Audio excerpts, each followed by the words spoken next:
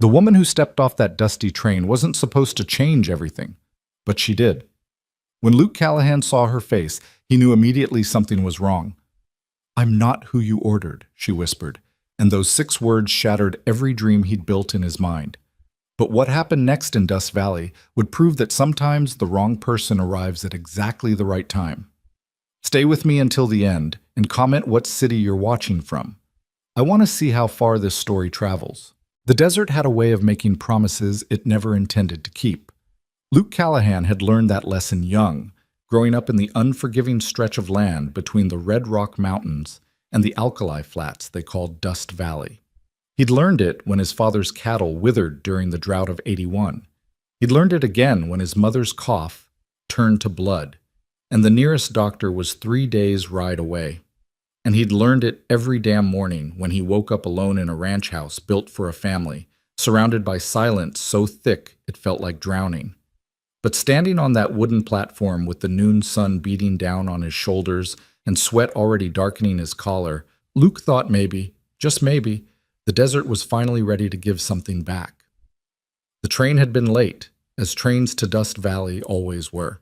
The nearest major line ran 40 miles east, and this spur that cut through the valley was more afterthought than infrastructure, maintained just barely enough to keep the mining companies supplied and the handful of stubborn settlers connected to civilization. The platform was nothing more than weathered planks and a lean-to roof that provided shade for about 3 square feet, and even that was a generous estimate. Luke had been there since dawn. He'd ridden into town before the sun broke the horizon, his mare Cassie moving at an easy lope through the purple light of early morning. He'd stopped at the boarding house to wash his face, paid Mrs. Chen 2 bits for a shave that left his jaw smooth and smelling of bay rum, and spent another precious dollar on a new shirt from Morrison's General Store. Blue cotton, barely wrinkled, the closest thing to fancy he could manage without riding all the way to Silver Creek. The ring box in his vest pocket felt like it weighed 10 pounds. He'd bought it 6 months ago, back when the letters first started arriving, back when Evelyn Harper's careful handwriting had begun showing up in his mailbox at the post office, each envelope like a small miracle in a life that had long since stopped believing in them. The first letter had been formal, almost businesslike. She'd seen his advertisement in the Matrimonial Times, one of those publications that connected lonely men in the territories with women back east looking for a fresh start. Luke had placed the ad on a whiskey-fueled night of weakness, never really expecting anyone to respond. Hell, what did he have to offer? A struggling ranch? A house that needed repairs? A life measured in endless work and scarce reward? But Evelyn had written back. "Dear Mr. Callahan, that first letter had begun. I hope this correspondence finds you well. I am writing in response to your advertisement, and while I understand you may have received many such letters, I hope you might consider mine with some measure of seriousness." It had gone on like that, proper and careful, telling him about her life in Philadelphia, about the death of her parents, about working as a seamstress in her aunt's shop. Nothing too personal, nothing too revealing. Just enough to make him curious. He'd written back that same night. Over the months that followed, the letters had grown warmer, longer, more intimate in the way they revealed small truths about lives lived half a continent apart. She wrote about missing the sunset because the buildings in Philadelphia blocked the horizon. He wrote about watching the sun go down over the red rocks every evening, painting the sky in colors that had no names. She wrote about loneliness in a crowded city. He wrote about loneliness and empty spaces. Somewhere in those exchanged pages, something had grown between them. Not quite love. How could it be, between strangers who'd never met? But something close enough to make him hope. Close enough to make him save money for a ticket. Close enough to make him buy a ring. Close enough to bring him to this platform, heart hammering against his ribs, watching the distant plume of smoke that marked the train's approach. The locomotive appeared first as a dark spot in the heat shimmer, gradually resolving into solid iron and steam as it drew closer. The screech of brakes echoed across the valley, and Luke's mouth went dry. His hands trembled slightly as he removed his hat, running fingers through hair he'd slicked back with pomade that morning. Another extravagance, another gesture toward becoming someone worthy of the woman in those letters. The train shuddered to a complete stop, steam billowing from beneath the carriages in great white clouds. The conductor, a grizzled man named Pete, who'd been running this route since before Luke was born, swung down from the engine car and tipped his cap. "Afternoon, Luke," Pete called. "She's a hot one today?" "That she is," Luke managed, barely hearing his own voice over the thunder of his pulse. 3 passengers disembarked from the second car. First came Thomas Reynolds, who owned the assay office and had been visiting his daughter in Kansas City. Then Martha Yates, the schoolteacher, returning from some educational conference she'd been excited about for months. Luke barely registered them, his eyes fixed on the third figure. A woman. She stood on the metal step for a moment, one hand gripping the rail, the other clutching a worn carpet bag that had seen better years. Her dress was simple, gray cotton, practical, the kind working women wore because they couldn't afford anything else. The hem was dusty from travel, and he could see where it had been let out and taken in multiple times, patches sewn with careful, nearly invisible stitches. But it was her face that made his breath catch. She was younger than he'd expected, maybe 23 or 24, with dark hair pulled back in a simple bun that emphasized high cheekbones and a delicate jawline. Her eyes, he couldn't quite make out the color from this distance, but they seemed dark, shadowed, swept across the platform with something that looked like fear. This was her. This was Evelyn.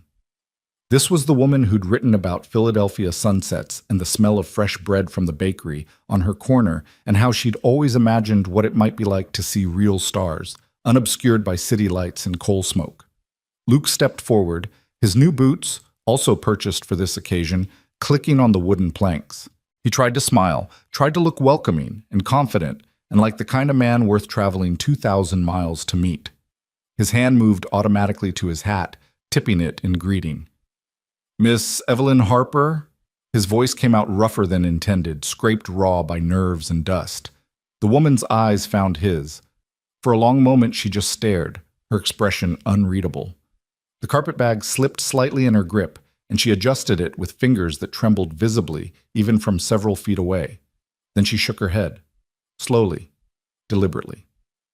"No," she said, and her voice was soft, barely audible over the hiss of the settling train. "I'm not who you ordered." The words didn't make sense at first. Luke's smile froze on his face, confusion flooding through him like cold water. He took another step closer, certain he'd misheard, certain the rattle of the train, or the wind, or his own hammering heart had distorted her words into something impossible.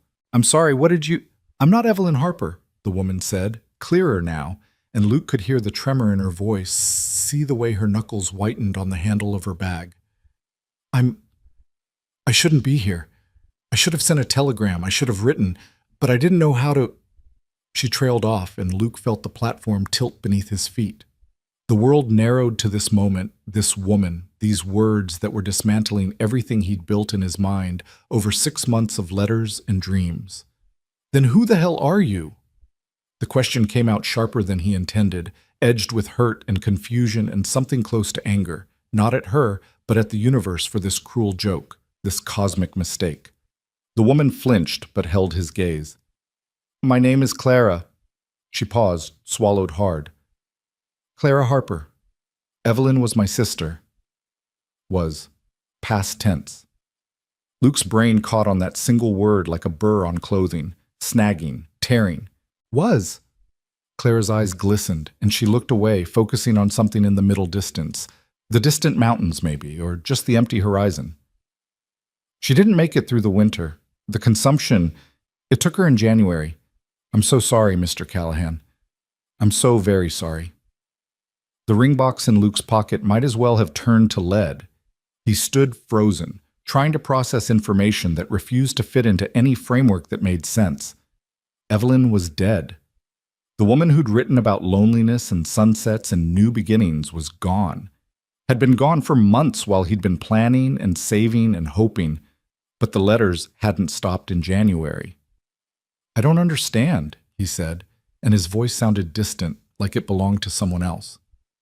"The letters kept coming. I got one just 3 weeks ago about seeing the desert, about starting fresh, about—" "That was me," Claire's voice cracked. "I kept writing them. After she died, I found all your letters to her, and I read them, and I couldn't bear to—" "She'd been so happy, Mr. Callahan." For the first time in years, she had something to look forward to. Even when she got sicker, even when we both knew she wouldn't recover, she'd spend her good hours writing to you. And after she passed, I couldn't let it end. I couldn't let you wonder what happened, so I kept the correspondence going, thinking maybe I could find a way to tell you gently, to explain. But then the ticket arrived, and she was crying now, silent tears cutting tracks through the dust on her cheeks. Luke wanted to feel angry, wanted to rage at the deception, the months of false hope. But all he felt was hollow, carved out, empty as the desert that stretched in all directions. The train whistle blew, a sharp, piercing sound that made them both jump. Pete, the conductor, was already climbing back into the engine car, ready to depart. The whole stop in Dust Valley never lasted more than 15 minutes. "You should go," Luke heard himself say. "Get back on the train. There's nothing for you here." Clara wiped at her eyes with the back of her hand, leaving a smudge of dirt across her cheekbone. "I know. I needed you to know the truth. I needed to see you, to apologize in person. Evelyn would have wanted that. She spoke about you constantly at the end, about the life she imagined you two would build. She made me promise that if she didn't make it, I'd come here and tell you myself. Not a letter, not a telegram, face to face." "Well, you've kept your promise," Luke said, and even he could hear the bitterness in his tone. Message delivered. The whistle blew again, more insistent this time. Pete was waving at Clara from the engine, gesturing for her to board. The train would leave with or without her, and the next one wouldn't come for 3 days. Clara picked up her carpet bag, gripping it with both hands now like it might anchor her against the weight of what was happening. She took a step toward the train, then stopped. Her hand went to her own bag, not the carpet bag, but a smaller one, more like a purse, hanging from her shoulder. She fumbled with the clasp, her fingers clumsy with emotion. "Wait," she said. "There's something else. Something she wanted you to have." She pulled out an envelope, its edges soft with handling, the paper yellowed slightly. Luke recognized Evelyn's handwriting on the front. "For Luke Callahan, if I cannot deliver it myself." Clara held it out to him, her hand shaking. She wrote this the week before she died. She knew she wasn't going to make it, knew she'd never board that train. But she wanted you to understand, to know that what you shared, even through letters, even at a distance, it meant everything to her. Luke stared at the envelope like it might bite him. Part of him wanted to refuse it, to let Clara take it back on the train and remove this entire impossible situation from his life. But his hand moved of its own accord, reaching out, taking the letter. The paper felt impossibly light in his fingers. "Mr. Callahan, Clara's voice broke completely. She pressed her lips together, trying to compose herself. "I'm sorry. For everything. For not telling you sooner, for pretending to be her. For giving you hope when there wasn't any. I thought I was honoring her wishes, but I see now I was just being a coward, putting off the inevitable, because I couldn't bear to break someone's heart from 2,000 miles away." The train was moving now, just barely, wheels beginning their slow revolution. Pete was leaning out of the engine car, shouting something Luke couldn't make out over the building noise. Clara turned and ran for the train, her skirts kicking up dust, the carpet bag banging against her leg. She grabbed the rail of the passenger car and pulled herself up onto the step, just as the train began to pick up speed. And Luke stood there, watching her go, the letter clutched in his hand and his heart a confused tangle of grief and anger and something else he couldn't quite name. But then, he looked down at the envelope, at Evelyn's handwriting, at the careful loops and curves that had become familiar over months of correspondence. And he thought about what Clara had said. She made me promise that if she didn't make it, I'd come here and tell you myself. Clara had traveled 2,000 miles to keep a dying woman's promise. She'd stepped off a train into hostile territory, faced a stranger's confusion and hurt, delivered news she must have dreaded giving. And now she was leaving, heading back to, what? Philadelphia? An aunt's seamstress shop? The empty rooms where her sister had died? His feet moved before his brain caught up. "Wait!" Luke shouted, already running toward the train. "Clara, wait!" She heard him somehow over the noise of the engine. He saw her head turn, saw her eyes widen in surprise. The train was picking up speed, but it was still slow enough, still close enough. Luke ran alongside the passenger car, his boots pounding the packed earth beside the tracks. He grabbed the rail with his free hand and hauled himself up onto the step beside Clara, the momentum nearly sending them both sprawling. "Mr. Callahan, what are you—" "Don't go," he said, breathing hard, still gripping the rail. "Not yet. Not like this." Clara stared at him, confusion and something like hope warring in her expression. "I don't understand." Luke didn't either. Not really. He just knew that letting this woman disappear back into the vast distance she'd crossed felt wrong, felt like giving up on something that hadn't even had a chance to begin. "The letter," he said, holding up the envelope. "Let me read it first. Let me understand what happened. And then if you still want to leave, if you need to leave, I'll write you a letter of recommendation for employment. I'll give you money for the ticket, whatever you need. But don't go like this. Don't leave thinking you did something wrong by coming here." The train was really moving now, the platform receding behind them. Clara looked back at Dust Valley, at the ramshackle buildings and empty streets of a town that was barely a town at all. "I can't stay," she said softly.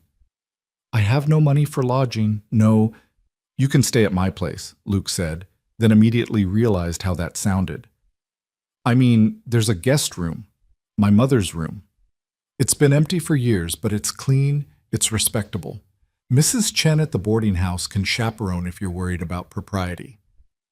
Just give me a day. Let me read this letter.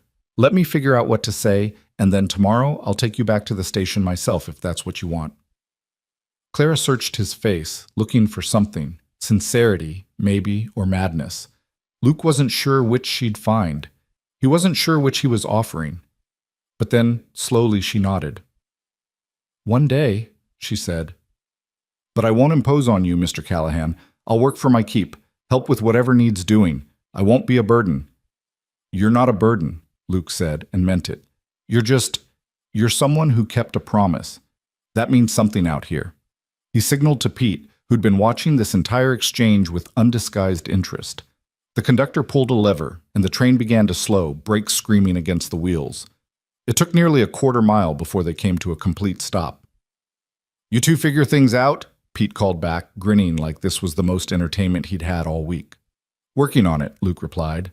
They climbed down from the train, Luke first, then offering his hand to help Clara navigate the high step.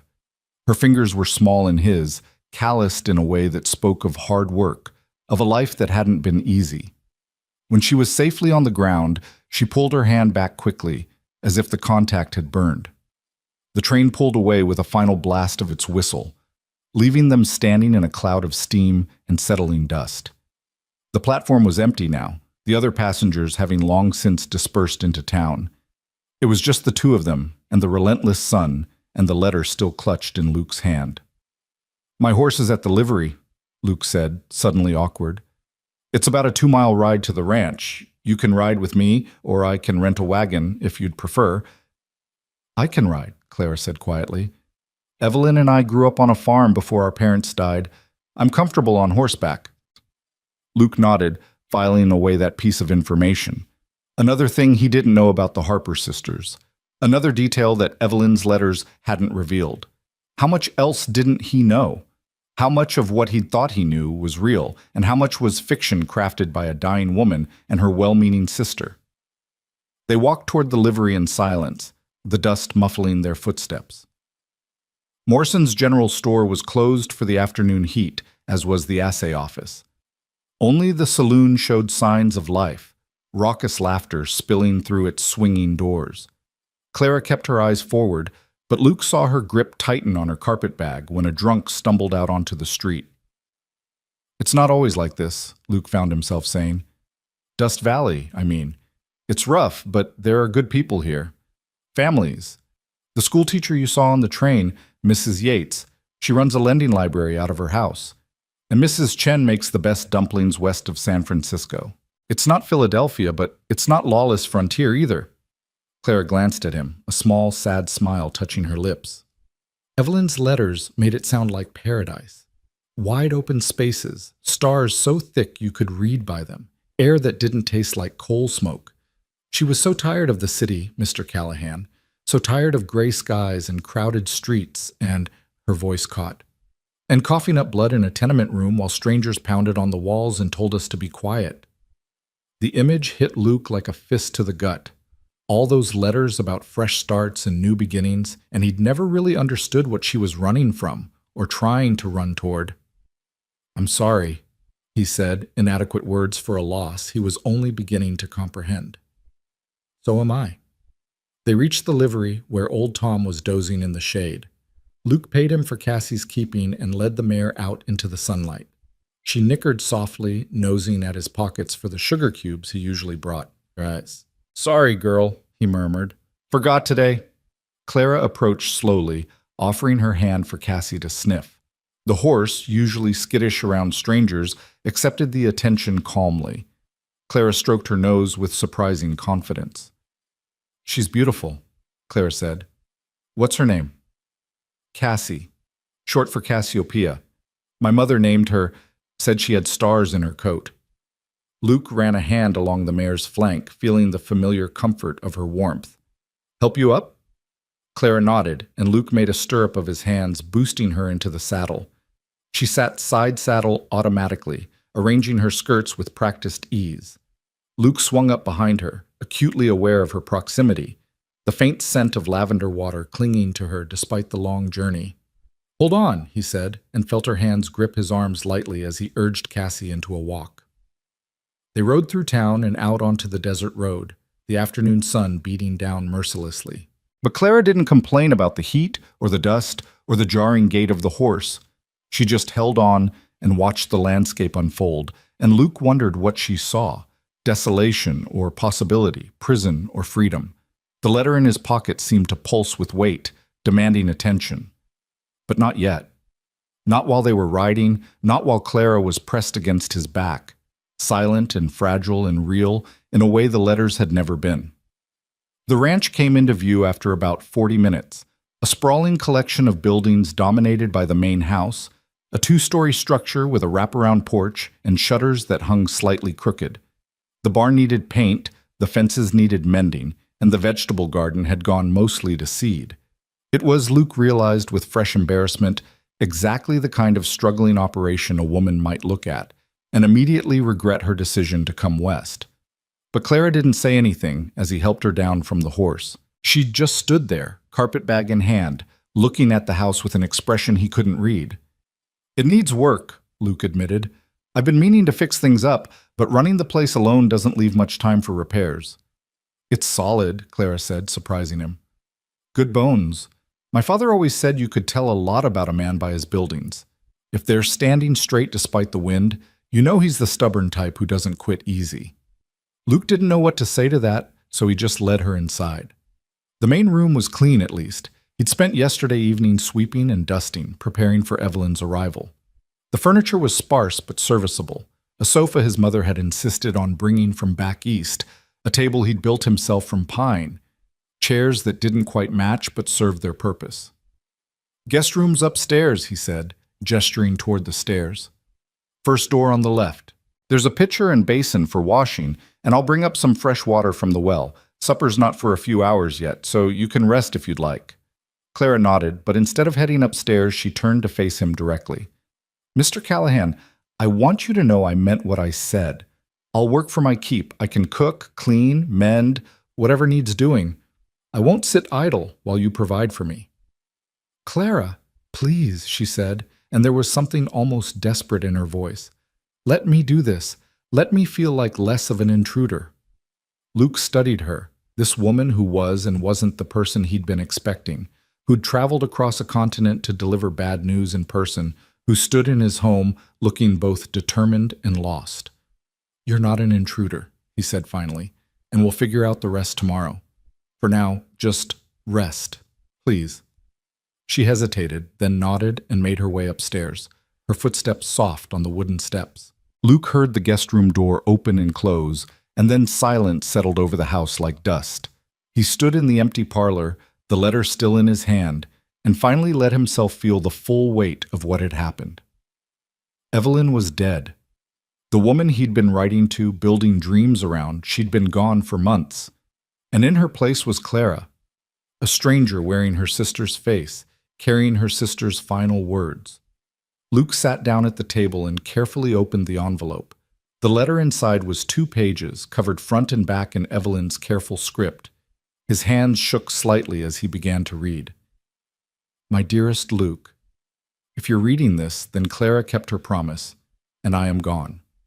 I'm writing this from my bed where I've spent most of the last 3 months.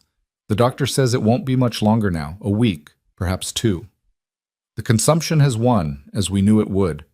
I wish I could tell you this in person. Wish I could see your face just once before I go. I've imagined it so many times, built it from the descriptions in your letters. Kind eyes, you said, though you called them ordinary brown. A face weathered by sun and wind. Hands that know hard work. I've pictured you 1,000 different ways, and I suspect I'm wrong on all counts, but the image has kept me company in these final days. I need you to understand something, Luke.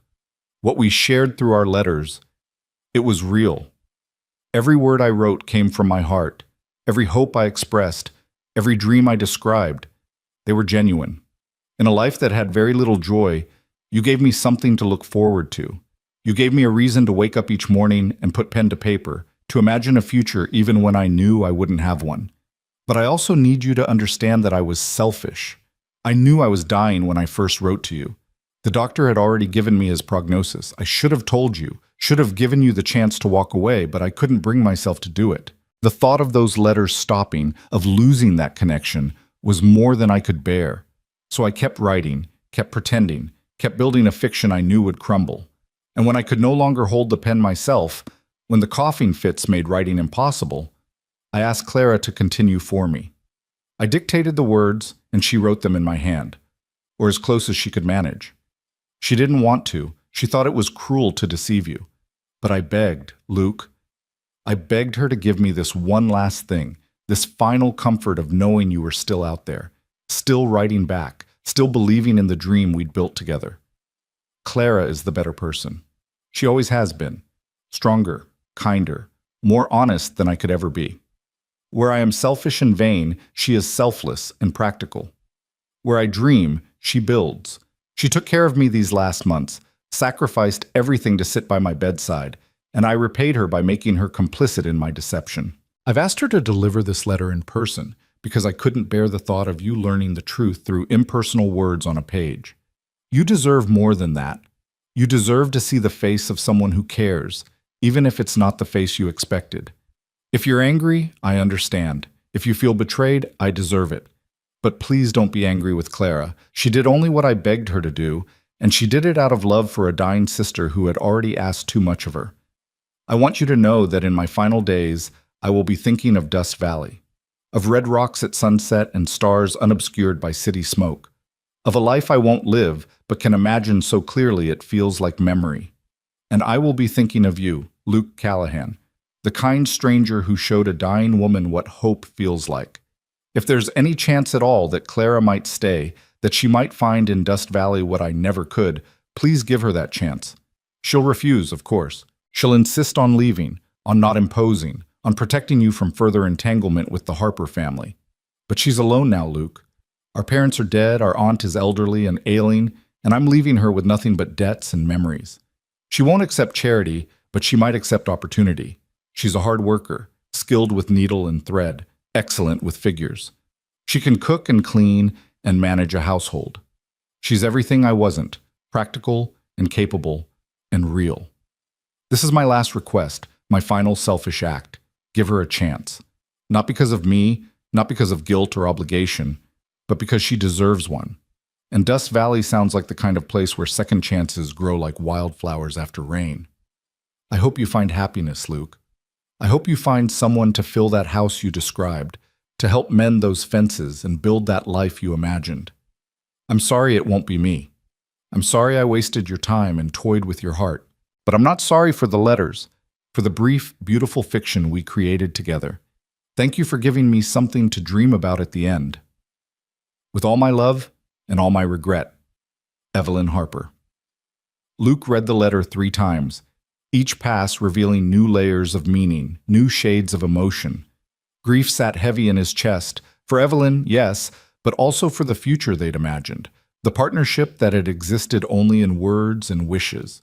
But beneath the grief was something else, A strange, unexpected sense of relief? No, that wasn't quite right. More like understanding. Evelyn's letters had always felt slightly distant, slightly dreamlike, as if they were coming from someone who didn't quite belong to the solid, dusty reality of his life. Now he understood why. She'd been writing from a deathbed, crafting fiction as a final comfort. And Clara had been the one ensuring those fictions reached him, honoring a dying woman's last request even when it meant deceiving a stranger. Clara, who'd traveled 2,000 miles to deliver this letter in person. Clara, who was upstairs right now, probably packing her carpet bag, preparing to leave on the next train. Clara, who Evelyn had described as everything she wasn't, practical, capable, real. Luke stood up, the letter still in his hand, and climbed the stairs. He stopped outside the guest room door, raised his hand to knock, then hesitated. What was he going to say? What could he possibly say that would make sense of this impossible situation? But before he could decide, the door opened. Clara stood there, her face freshly washed, her hair still pulled back in that simple bun. She'd removed her traveling jacket, revealing a simple white blouse with mother-of-pearl buttons. Up close, Luke could see the dark circles under her eyes, the hollowness in her cheeks that spoke of months of worry and grief and insufficient food. "I heard you on the stairs," she said quietly. "You read the letter." It wasn't a question. Luke nodded anyway. "I'll leave first thing in the morning," Clara continued, her voice steady despite the tremor in her hands. "I have a little money saved, enough for the ticket back. I'll find work in Philadelphia, or maybe—" "Stay," Luke said, and the word came out more forcefully than he intended. Clara blinked. "What?" "Stay. Not forever. Not as what I was expecting when I came to that platform today. But stay. Work for me if you need to feel like you're earning your keep. Help me fix up this place. Just don't get back on that train tomorrow morning and disappear into a life that makes you as miserable as it made your sister." "Mr. Callahan, I can't—" "Luke," he interrupted. "If you're going to refuse me, at least do me the courtesy of using my given name." A ghost of a smile touched Clara's lips. "Luke, then. I appreciate the offer, truly, but it wouldn't be right. You don't know me. I deceived you for months. And now Evelyn wants me to stay and take her place like some kind of substitute bride, and that's not fair to anyone involved." "I don't want a substitute," Luke said, and realized as he spoke that it was true. I don't know what I want, honestly. An hour ago, I thought I knew exactly how my life was going to unfold. Now everything's upside down, and I'm still trying to figure out which way is up. But I know I don't want you to leave, not yet." Clara studied his face, searching for something. "Why?" It was a fair question. Luke struggled to find an answer that made sense. "Because you came here," he said finally. "Because you could have sent a telegram or a letter or nothing at all, but instead you spent what little money you had to honor a promise to a dying woman. Because in a world where most people do the easy thing, you did the hard thing. That says something about your character, Clara Harper. Something I'd like to know more about." "I don't think you'd like what you'd find," Clara said softly. "I'm not who Evelyn described in that letter. I'm not kind or selfless or any of those things. I'm practical because I've had to be. I'm honest because lies take too much energy to maintain. And I'm here because the guilt of deception was eating me alive, not because I'm some kind of noble person." "Maybe," Luke conceded. "Or maybe you're both things at once, practical and kind, honest and conflicted. People are complicated, Clara. I've learned that much in 32 years of living." They stood in the doorway, the afternoon light slanting through the window behind Clara, turning her hair to dark fire. Luke could see the war playing out in her expression, the desire to stay warring with the certainty that she shouldn't. "1 week," he offered. "Stay 1 week. If at the end of it you want to leave, I'll personally buy your ticket and drive you to the station. But give Dust Valley a week. Give me a week, and maybe at the end of it we'll both have a clear idea of what comes next." Clara was quiet for a long moment. Then slowly she nodded. 1 week, she agreed. "But I work for my keep. No charity, no pity. I earn my place here, or I don't stay at all." "Deal," Luke said, and offered his hand. Clara looked at it, then placed her hand in his, a formal shake to seal a most informal arrangement. Her skin was warm, her grip surprisingly firm. "I should warn you," she said as they released hands. "I'm not easy to live with.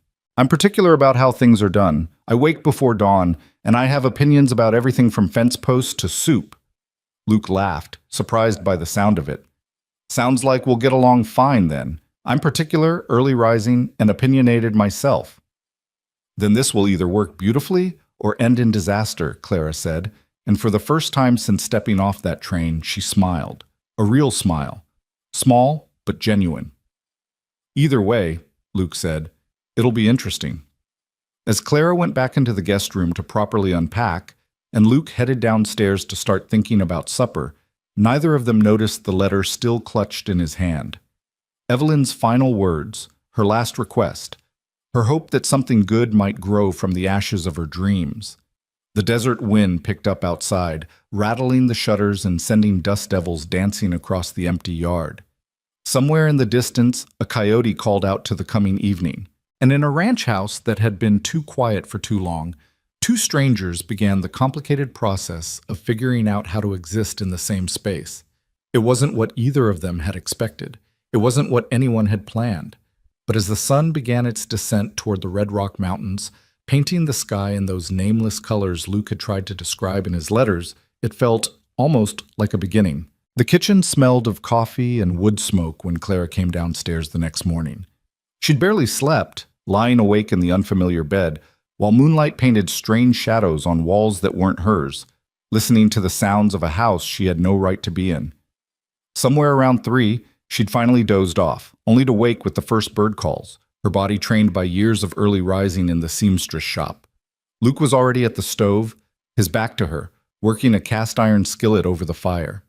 He'd rolled up his shirt sleeves, and Clara found herself noticing the strength in his forearms, the way his shoulders moved as he worked. She cleared her throat, and he turned, surprise flickering across his features. "Didn't expect you up this early," he said, then immediately looked embarrassed. "Not that you shouldn't be, I just meant—" "I'm used to early mornings," Clara said, saving him from further explanation. "What can I do to help?"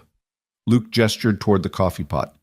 "Cups are in the cabinet above. I'm just frying some eggs and salt pork. Nothing fancy, but it fills the belly." Clara poured 2 cups of coffee, noting the way Luke took his, black, no sugar, before she'd even asked.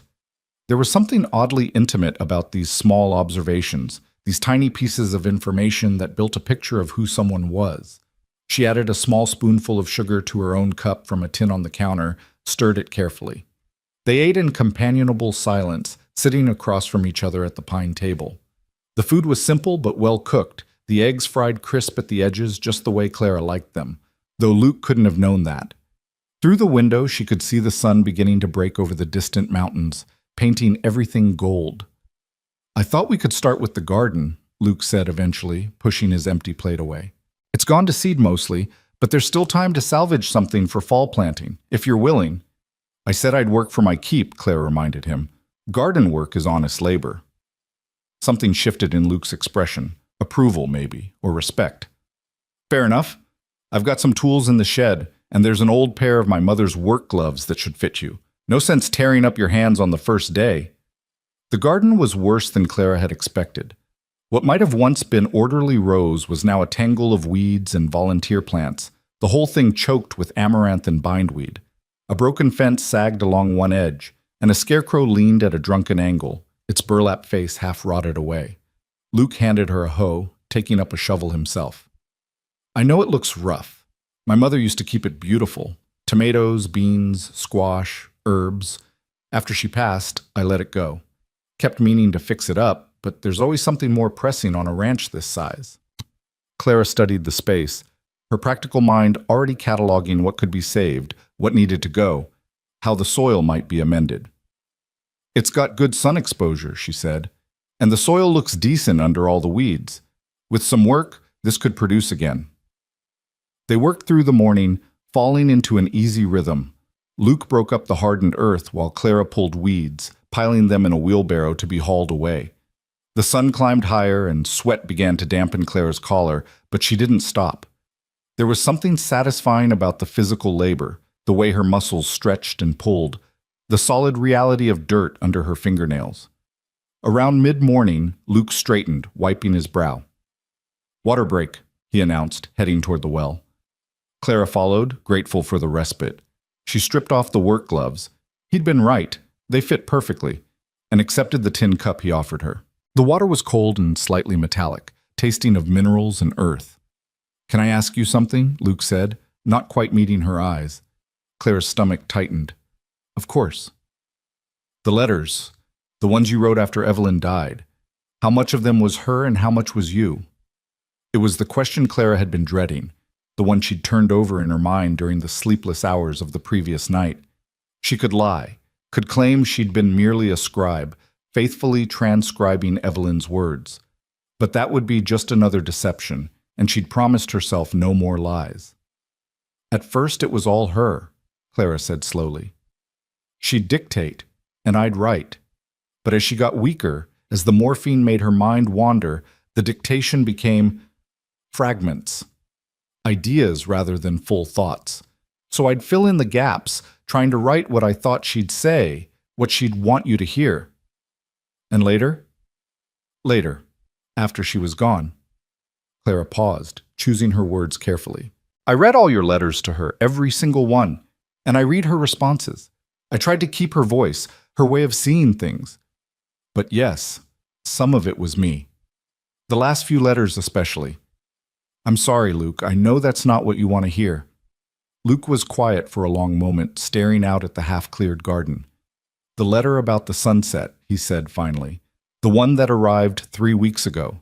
That described watching the sun go down and thinking about new beginnings. Was that her or you?" Clara remembered writing that letter, sitting at the small desk in the tenement room, trying to imagine what Evelyn would have said if she'd lived to see spring. "That was me," she admitted. "Evelyn never saw spring this year." "I thought so," Luke said, and there was no anger in his voice, just a quiet sadness. It felt different from the others. Less dreamlike, more grounded, more real. "I shouldn't have written it. I should have told you the truth then." "Maybe," Luke agreed, "but I'm glad you did. That letter, it helped me through a rough patch. Lost half my herd to illness that week, and I was about ready to give up on the whole enterprise. Reading about hope and new beginnings, even if it was fiction, it gave me something to hold on to." Clara looked at him, really looked at him, seeing past the initial impressions to the man beneath.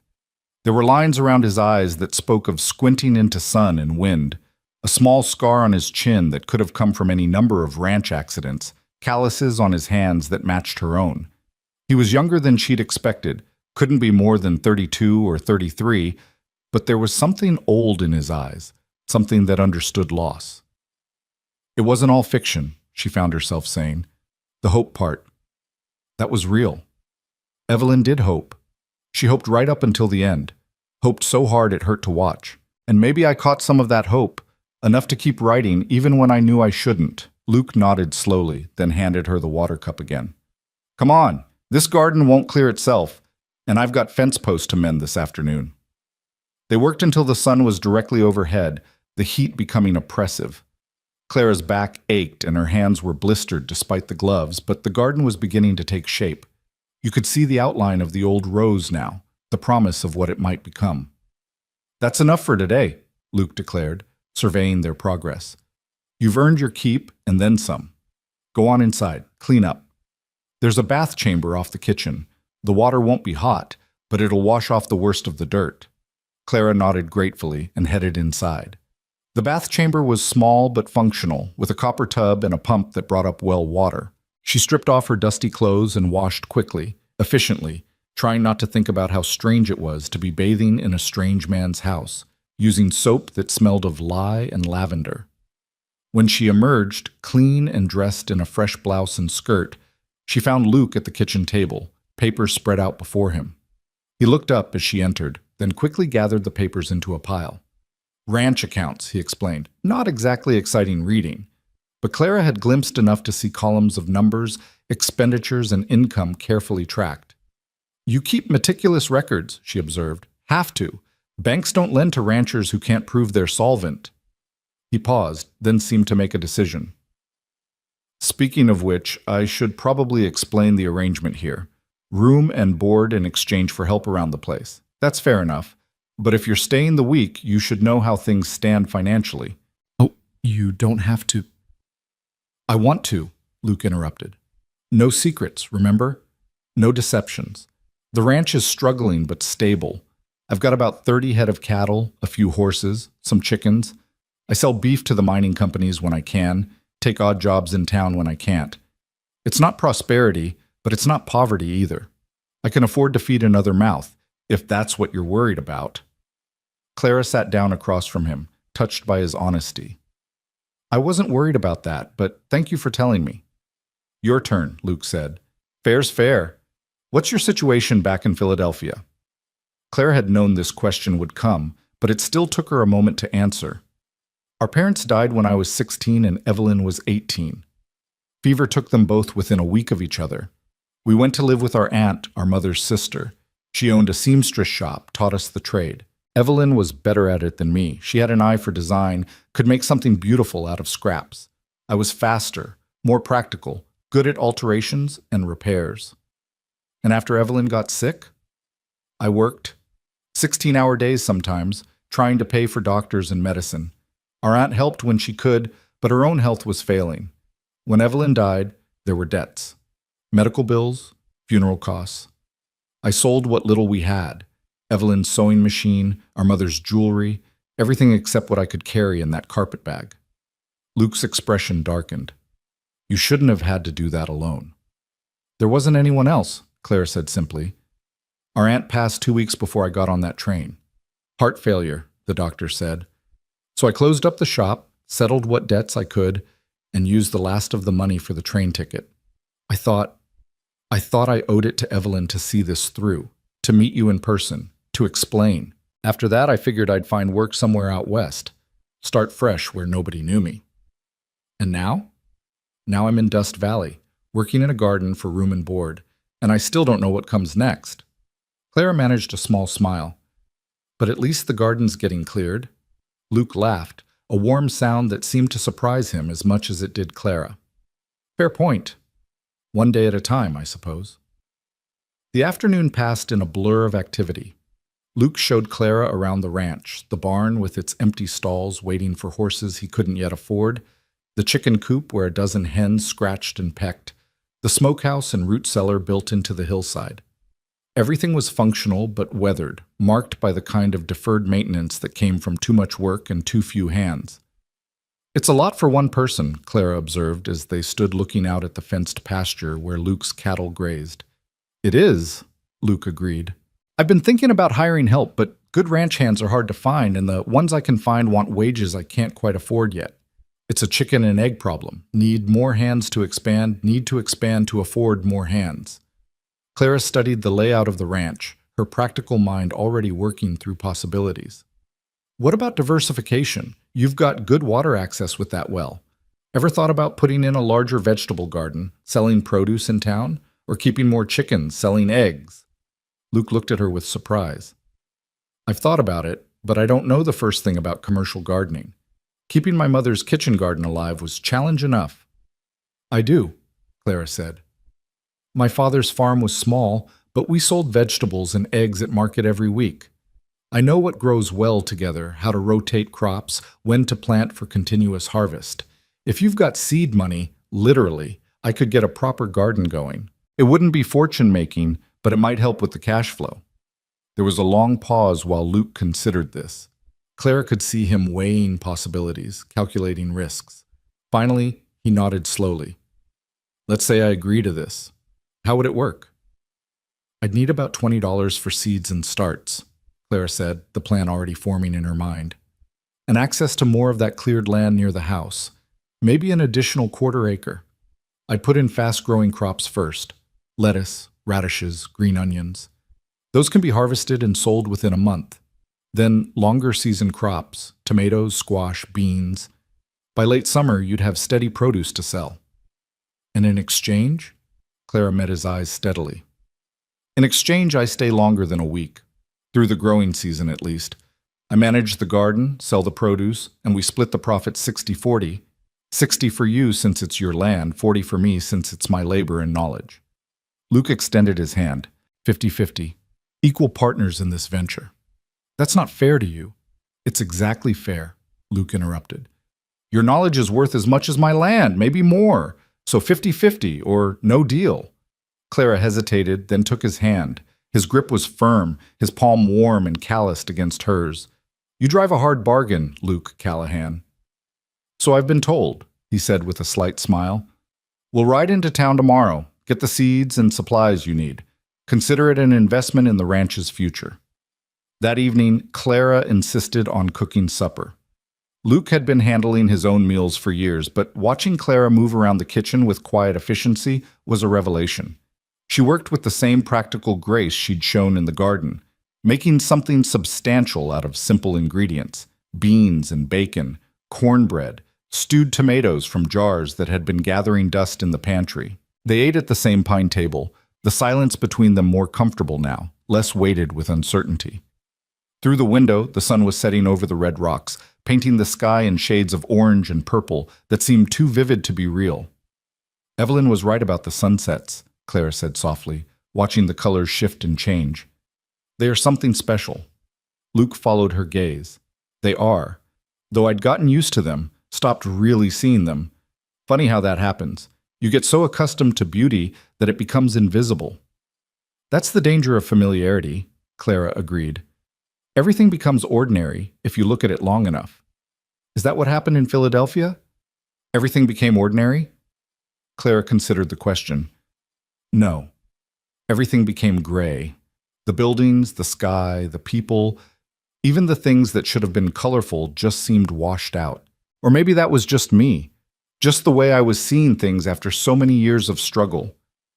And now? Now everything's almost too bright, Clara admitted. Too much space, too much color. It's overwhelming in a different way. Luke set down his fork. You'll adjust. Give it time. That's what I'm afraid of, Clara said before she could stop herself. That I'll adjust, that I'll start to belong here, and then I'll have to leave, and it'll hurt all over again. The words hung in the air between them, more honest than Clara had intended. Luke was quiet for a moment, then stood and carried his plate to the sink. Then don't leave, he said simply, his back to her. Stay longer than the growing season. Stay as long as you want. Luke, I'm not asking for anything improper, he said quickly, turning to face her. I'm just saying there's room here, for a partnership, for a friendship, for whatever this might become. You don't have to have it all figured out right now. Clara stood as well, gathering her own plate. What did you think would happen when Evelyn arrived? What were you expecting from this arrangement? Luke leaned against the counter, arms crossed. Honestly, I didn't think much beyond the basics. A wife, a partner, someone to share the work and the life. Maybe children eventually, but it was all theoretical, all based on letters and imagination. I didn't really know her, Clara. I didn't know either of you. And now you know me, Clara said. Or you're starting to. Isn't that stranger than what you planned? More complicated? Definitely more complicated, Luke agreed with a slight smile. But maybe that's not a bad thing. Maybe real is better than imagined, even when it's messy. They washed the dishes together, falling into an easy rhythm. Clara washing, Luke drying and putting away. It was domestic and ordinary, and somehow more intimate than any of the grand gestures Clara had read about in books. When the dishes were done, Luke excused himself to check on the cattle, leaving Clara alone in the kitchen.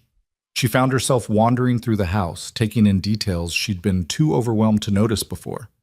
Photographs on the mantel showed Luke as a boy with a stern-looking man and a gentle-faced woman, his parents presumably. Books lined a shelf in the parlor, a mix of agricultural manuals and leather-bound novels that looked well-read.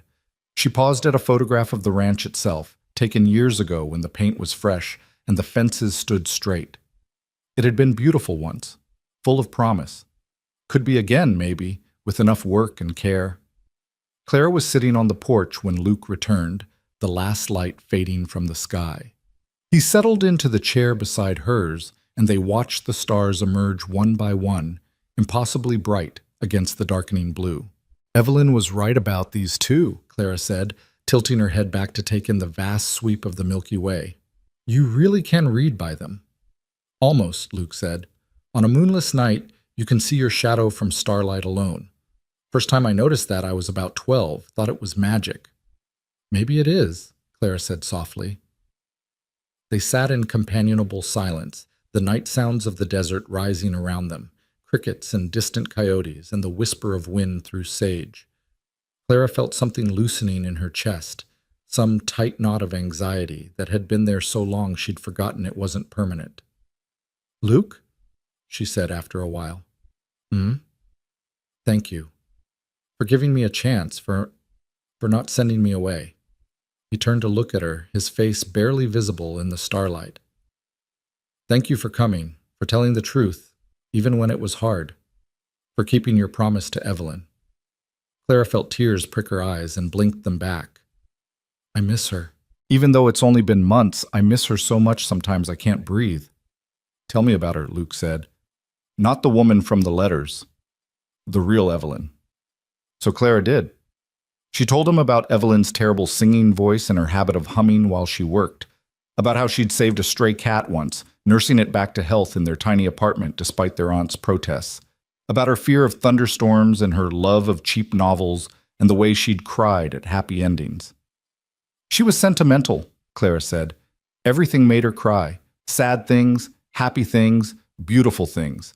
I used to tease her about it, but secretly I envied that capacity to feel so deeply. You feel deeply, Luke said.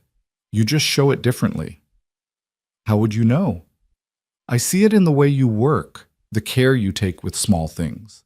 The way you looked at that garden today, seeing not what it was, but what it could be. That's feeling, Clara. Just a different kind. Clara didn't know what to say to that, so she said nothing. They sat together until the chill of the desert night drove them inside, and Clara climbed the stairs to her temporary room, and Luke settled into his own space at the other end of the house. But lying in bed that night, Clara found sleep came easier than it had the night before. The sounds of the house were becoming familiar, the shadows less strange, and when she finally drifted off, she dreamed not of Philadelphia's gray streets but of gardens full of growing things, of sunsets over red rocks, of a future that was still undefined but no longer quite so frightening. The next morning dawned clear and bright, perfect for the trip into town. Clara dressed carefully in her best skirt and a clean shirtwaist, pinning her hair up in a style that was practical but neat. Luke was already hitching up the wagon when she came outside, and he nodded approvingly at her appearance. You look nice, he said, then immediately looked flustered. I mean, you look ready for town. Respectable. Clara smiled at his awkwardness. Thank you. I wasn't sure what the standards were out here. Mrs. Chen will approve, and she's the closest thing Dust Valley has to a social arbiter, Luke said, helping her up onto the wagon seat. Speaking of which, I should warn you, small town means everyone's going to be curious about you, about us. There'll be questions. What should I tell them? Luke settled beside her and picked up the reins. The truth, I suppose, that you're helping me with the ranch, that we're business partners. Anything more specific than that is nobody's business but ours. The ride into Dust Valley took about 30 minutes, the wagon jolting over ruts in the road that hadn't been graded in years. Luke pointed out landmarks as they went, the old Jensen place, abandoned after the family moved back east, the turnoff that led to the Henderson Ranch, where Luke sold most of his beef, the creek that ran full in spring but was barely a trickle now. Population's been declining, Luke explained. Mining's drying up and ranching's hard. A lot of folks gave up and left. Those of us who stayed are either too stubborn or too poor to go anywhere else. Which are you? Both, probably, Luke said with a wry smile. Dust Valley itself was larger than Clara had realized on her first brief glimpse. The main street boasted a general store, a saloon, a church, the boarding house, a blacksmith, and several other businesses that seemed to be clinging to existence through sheer determination. People were out and about despite the heat, and Clara could feel their eyes tracking the wagon as Luke drove through town. He pulled up in front of Morrison's General Store, a weathered building with a false front that had once been painted red but had faded to a dusty pink.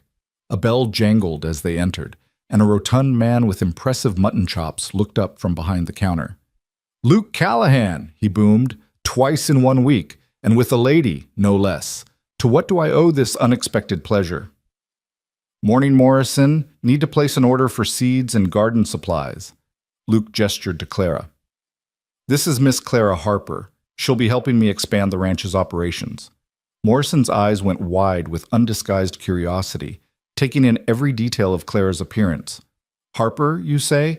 Wasn't that the name of her sister? Luke interrupted smoothly. Who unfortunately passed before she could make the journey. Miss Clara came in her place to deliver the news in person and has agreed to stay on and help with the ranch. It was a careful dance around the truth, and Clara watched Morrison processing this information, clearly trying to decide what it meant. Finally, he seemed to accept it at face value. Well, condolences on your loss, Miss Harper, Morrison said, sounding genuinely sympathetic. And welcome to Dust Valley. Any friend of Luke's is welcome here. Now, what kind of seeds are we talking about? Clara stepped forward, pulling out the list she'd made the previous evening. I'll need lettuce starts, radish seeds, green onion sets, bush beans, pole beans, tomato plants, squash seeds, both summer and winter varieties, herbs, particularly basil and dill, and seed potatoes if you have them. Morrison's eyebrows climbed toward his hairline. That's quite an ambitious garden you're planning. 1/4 acre, Clara said confidently. Properly managed, it should produce enough surplus to sell at market. Is that so? Morrison looked between Clara and Luke with new interest. Well, I'll be damned. Pardon my language, miss. I've got most of what you need in stock. The tomato plants I can get from Mrs. Henderson. She starts them in her greenhouse. When do you need everything? Soon as possible, Luke said. We're trying to catch the tail end of the growing season. Morrison nodded and began pulling items from shelves and drawers, stacking them on the counter. As he worked, the bell jangled again, and Mrs. Chen entered, her small frame wrapped in a dark blue dress despite the heat. Mr. Callahan, she said with a slight nod. Then her eyes found Clara. And you must be the young lady from the train. I am Mrs. Chen. I run the boarding house. Clara offered her hand. Clara Harper. It's a pleasure to meet you, Mrs. Chen. Mrs. Chen took her hand, her grip surprisingly strong.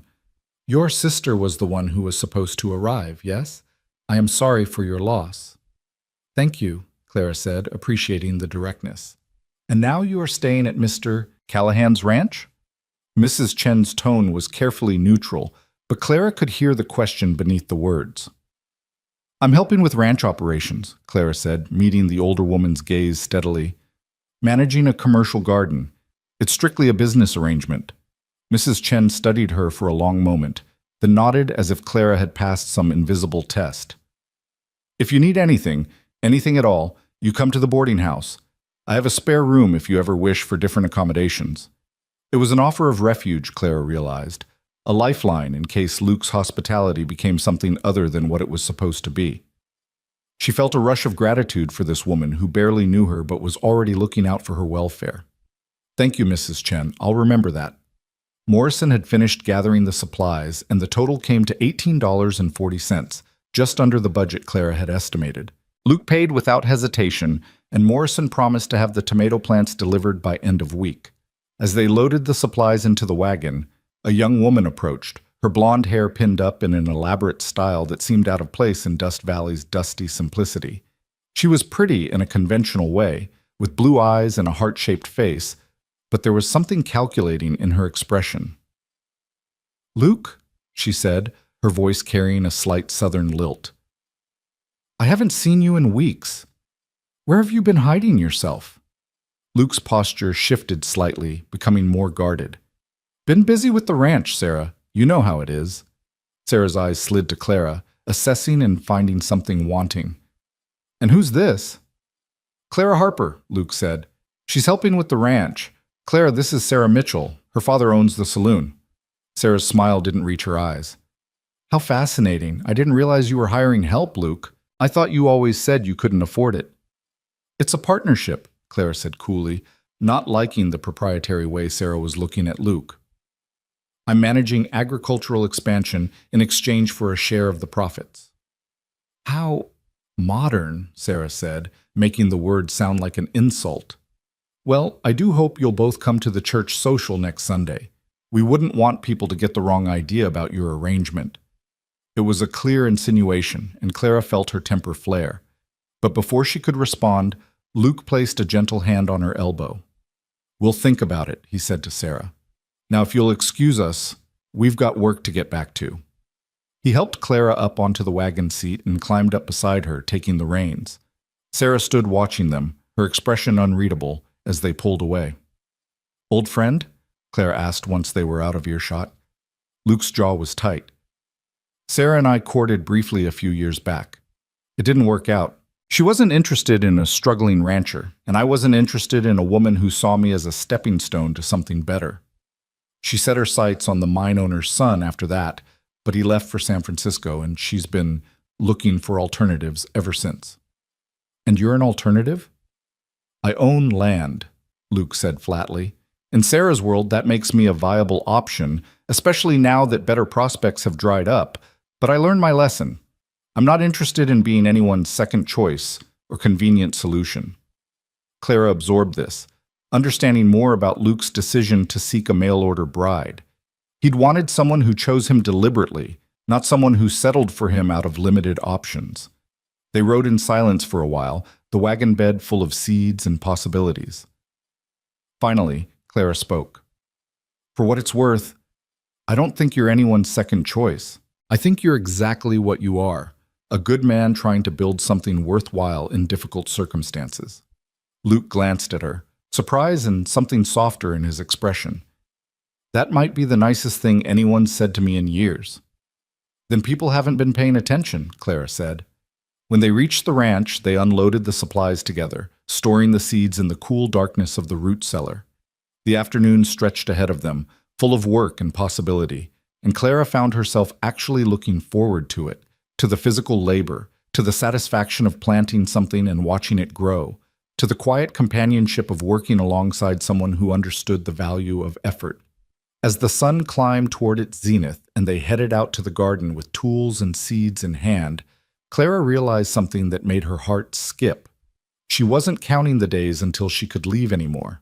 She was counting the days until she could see the first sprouts breaking through the soil, until the garden she was planting would begin to bear fruit. She was, against all her expectations and better judgment, beginning to put down roots in Dust Valley. And the most surprising part was that it didn't terrify her quite as much as it should have. The seeds went into the ground over the next 3 days, each one placed with deliberate care in soil that Clara and Luke had spent hours preparing. They worked from dawn until the heat became unbearable, then resumed in the cooler evening hours, their shadows stretching long across the freshly turned earth. Clara's hands developed new blisters that sat alongside the old ones, but she didn't complain. There was something deeply satisfying about this work, about creating order from chaos, about the promise contained in each tiny seed. On the 4th morning, Clara woke to find Luke already in the garden, standing motionless among the rows they'd planted. She threw a shawl over her nightgown and hurried outside, her bare feet gathering dust. "What's wrong?" she called as she approached. Luke turned, and his face was lit with something between wonder and disbelief. "Look," he said, pointing. Clara followed his gaze and saw them, tiny green shoots pushing through the soil in the radish rows, each one a small miracle of determination. The seeds they'd planted just 3 days ago were already reaching toward the sun.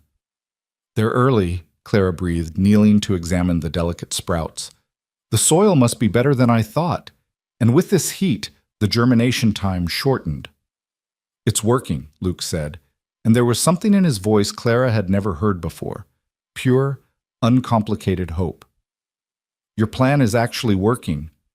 Clara stood, brushing dirt from her nightgown, suddenly aware of how improper she must look. But Luke wasn't looking at her state of dress. He was looking at the garden, at the evidence of growth, at the possibility of change. "It's too early to celebrate," Clara warned, though she couldn't keep the smile from her face.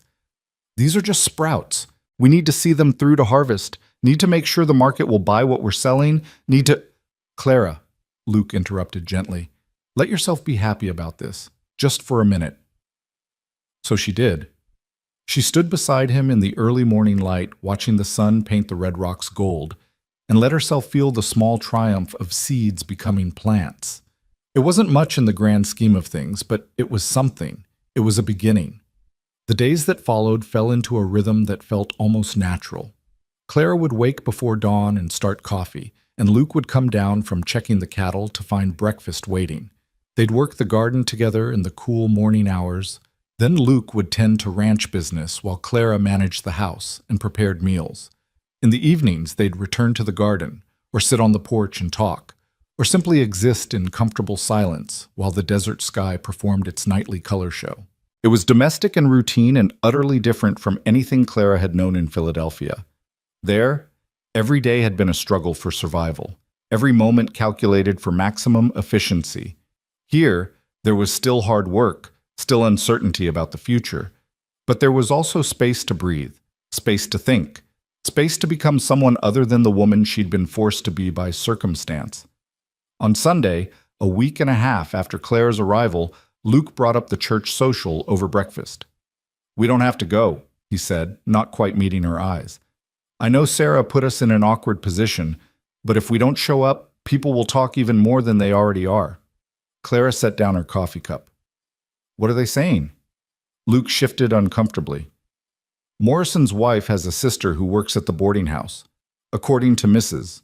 Chen, the general consensus is that we're either engaged in something scandalous, or I've hired you under false pretenses, or you're secretly Evelyn pretending to be someone else for nefarious purposes." "That last one is oddly specific," Clara said. "Small towns breed creative gossip," Luke said with a wry smile. "The truth, that we're business partners, and you're staying in the guest room while we figure things out, is apparently too boring to consider." Clara thought about this.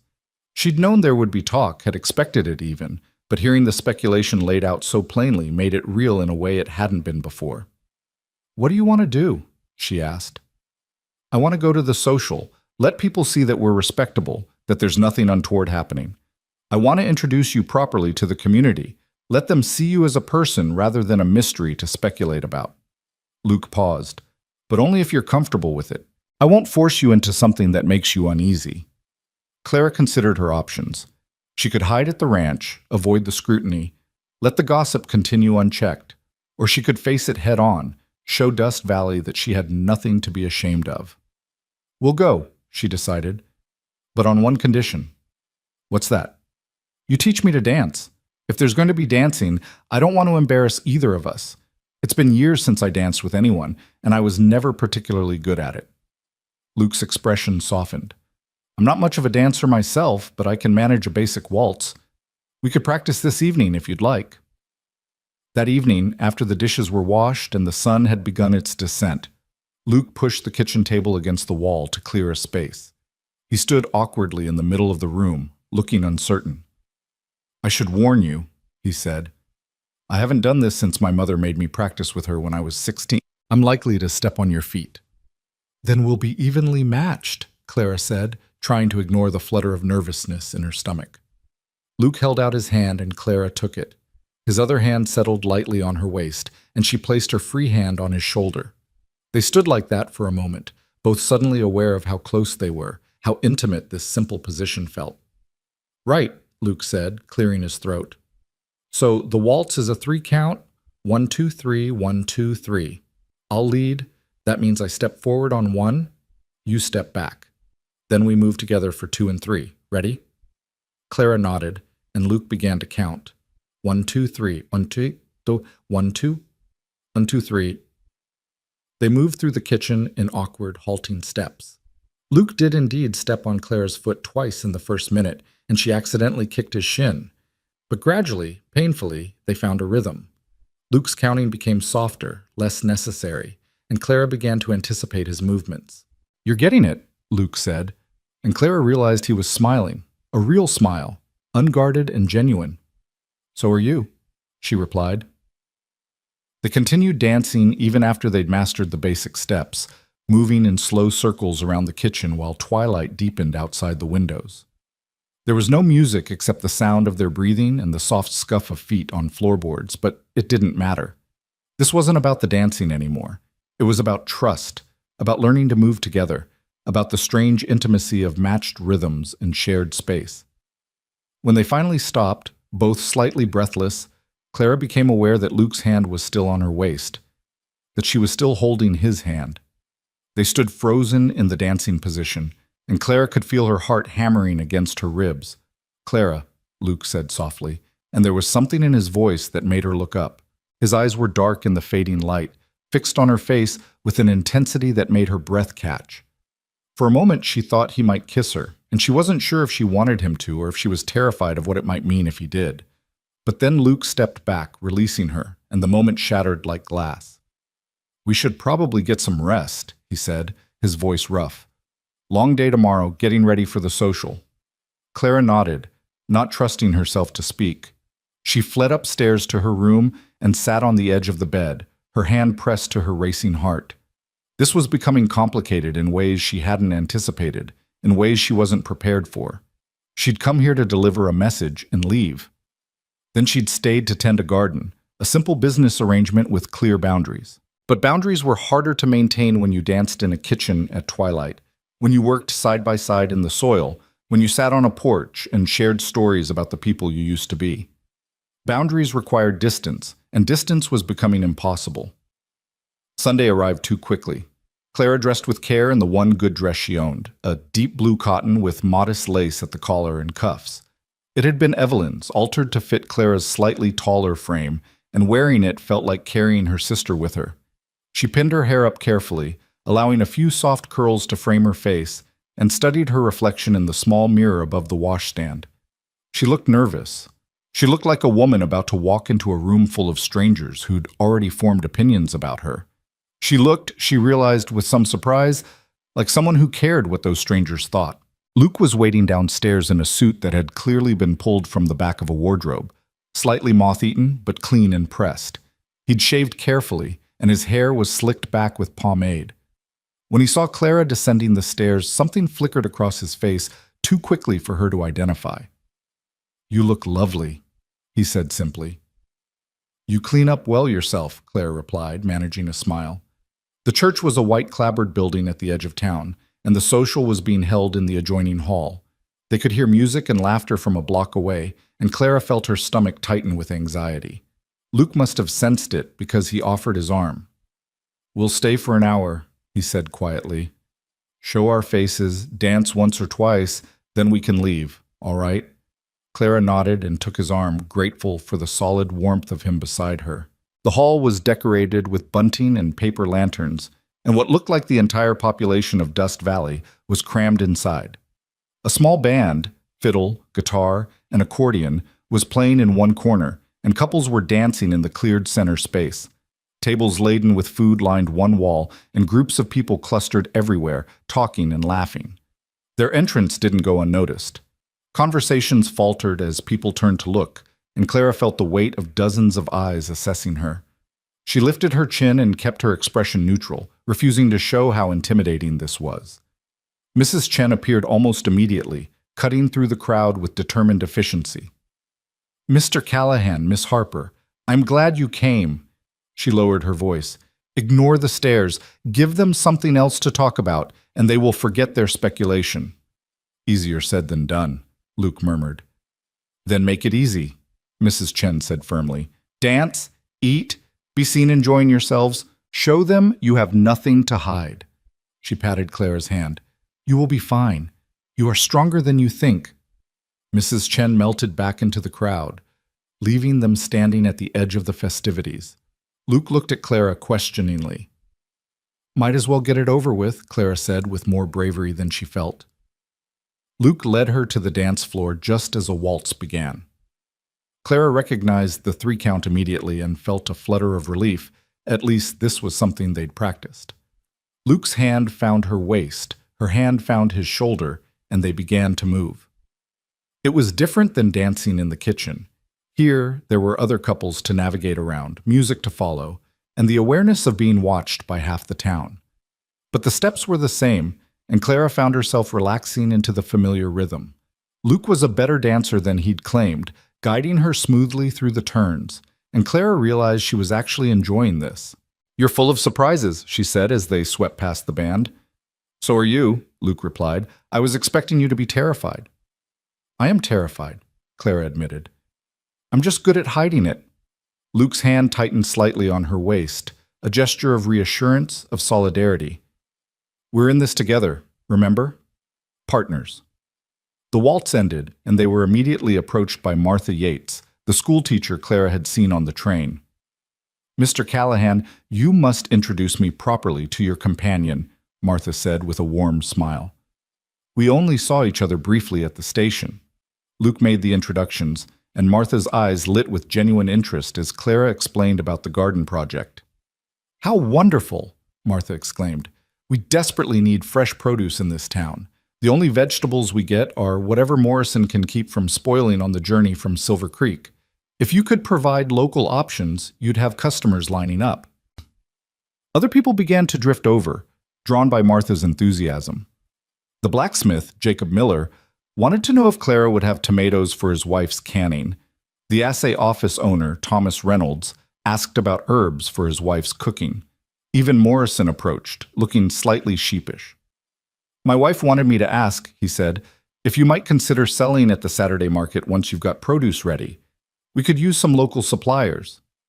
Clara felt something loosening in her chest as she answered questions, discussed planting schedules, and took mental notes on what the community needed most. These people weren't judging her, they were welcoming her, seeing her not as a scandal or a mystery, but as someone who might actually contribute something valuable to their struggling town. Sarah Mitchell watched from across the room, her expression unreadable. She was surrounded by a cluster of young women, all whispering behind their hands, and Clara could feel their eyes on her like pinpricks. But she refused to let their scrutiny dim the small triumph of this moment. Luke had been pulled away by Jacob Miller to discuss some ranch business, leaving Clara temporarily alone near the refreshment table. She was reaching for a glass of lemonade when Sarah materialized beside her. "You've certainly made an impression," Sarah said, her voice carrying false sweetness. "Everyone's quite taken with your little garden project." "It's not a project," Clara said evenly. "It's a business venture." Sarah's smile sharpened. "Of course it is. How silly of me." She paused, studying Clara with calculating eyes. "You know, I can't help but wonder about the timing of all this. Luke spends months writing to one woman, and then you show up instead. It's all very convenient." Clara felt anger flare in her chest but kept her voice level. "My sister died, Miss Mitchell. There's nothing convenient about that." "No, I suppose not," Sarah agreed, not sounding sorry at all. "But you have to admit it worked out rather well for you. A roof over your head, a share in a ranch, and Luke Callahan all to yourself. Some might say you planned it that way." "Some people will say anything to make themselves feel important," Clara replied, meeting Sarah's gaze steadily. "But the truth is rarely as interesting as the lies people prefer to believe." Sarah's eyes flashed. "You think you're so clever, don't you, coming here with your tragic story and your business arrangement? But I know Luke Callahan, Miss Harper. I know what kind of man he is, and I know he's too honorable to see when he's being taken advantage of." "Then you don't know him as well as you think," Clara said, "because Luke Callahan is perfectly capable of making his own decisions. He doesn't need you to protect him from me. And he certainly doesn't need your opinion on how he runs his ranch." Sarah opened her mouth to respond, but Luke appeared at Clara's elbow, 2 glasses of lemonade in hand. "Sarah," he said with cold politeness, "enjoying the social?" Sarah's expression smoothed into artificial pleasantness. "Of course, Luke, I was just getting to know your house guests better." "Business partner," Luke corrected firmly. "And I think Clara and I have made our rounds. We should be heading back to the ranch." He handed Clara one of the lemonade glasses and placed his other hand on the small of her back, a possessive gesture that didn't go unnoticed by Sarah or the watching crowd. Clara drank the lemonade quickly, using it to cool the anger still burning in her throat. They made their goodbyes to Mrs. Chen and Martha Yates, thanked the organizers, and slipped out into the night. The music and laughter faded behind them as they walked toward the wagon, and Clara felt the tension she'd been holding finally release. "I'm sorry about Sarah," Luke said once they were settled on the wagon seat. She had no right to speak to you that way." "She's protecting her territory," Clara said, "or what she thinks should be her territory.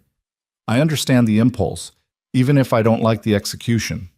Luke was quiet for a moment as he guided the horses onto the road home. "There is no territory. Sarah and I, that was over years ago. She made her choice, and I made mine. She doesn't get to decide now that she made a mistake." "Does she know that?"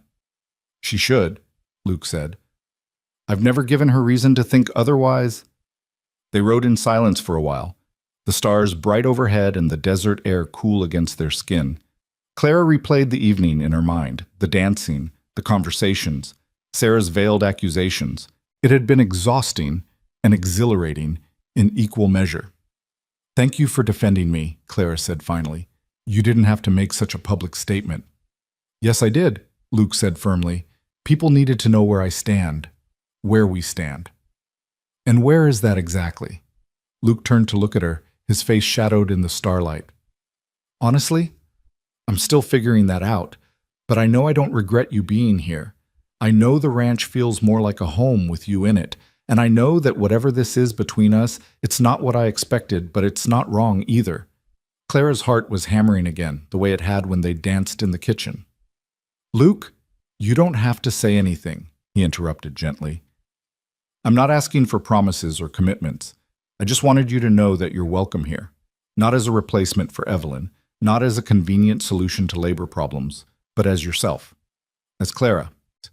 The words settled over her like a blanket, warm and comforting and terrifying all at once, because somewhere in the past 2 weeks, without quite meaning to, Clara had started to care about this place, and this man, and this impossible situation they'd created together.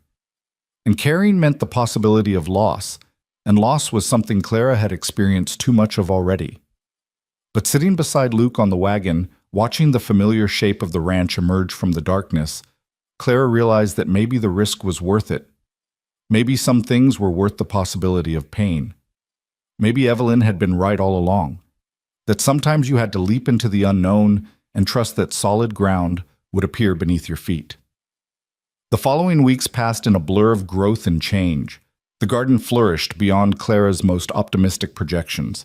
The radishes were ready to harvest within 3 weeks, fat and crisp and perfect. The lettuce came in thick and green, the beans climbed their poles with vigorous determination, and the tomato plants that Mrs. Henderson had delivered were already heavy with developing fruit. Clara harvested the first radishes on a Wednesday morning, washing them carefully and bundling them with twine. Luke watched with undisguised pride as she arranged them in a basket. "Morrison said to bring them by the store on Friday," Clara said. "He thinks he can sell them easily." "We should take them to the Saturday market instead," Luke suggested. "Cut out the middleman, keep more of the profit." So that Saturday, they loaded the wagon with radishes, lettuce, and the first of the green onions. Clara had stayed up late the night before making signs with prices, and Luke had built a simple display table from scrapwood. They set up at the edge of the market, which was little more than a dusty square where local sellers hawked everything from eggs to hand-sewn quilts. Clara had been nervous about whether anyone would buy from an unknown seller, but within the first hour they'd sold half their stock. People were hungry for fresh vegetables, and the quality of Clara's produce spoke for itself. By noon, everything was gone, and Clara's pockets held more money than she'd seen in months. "We did it," she said, counting the coins for the 3rd time to make sure she hadn't miscalculated. "Luke, we actually did it." Luke was grinning like a fool. "You did it. This was all your plan, your knowledge, your hard work." "Our hard work," Clara corrected. "Partners, remember?" They split the profits 50-50 as agreed, and Luke insisted on taking Clara to the boarding house for lunch to celebrate. Mrs. Chen served them her famous dumplings and tea, and they ate while discussing expansion plans, more rows, different crops, maybe even a small greenhouse for winter growing. "You're thinking long-term," Luke observed, watching Clara sketch ideas on a napkin. Clara paused, pen hovering over paper. "Is that a problem?"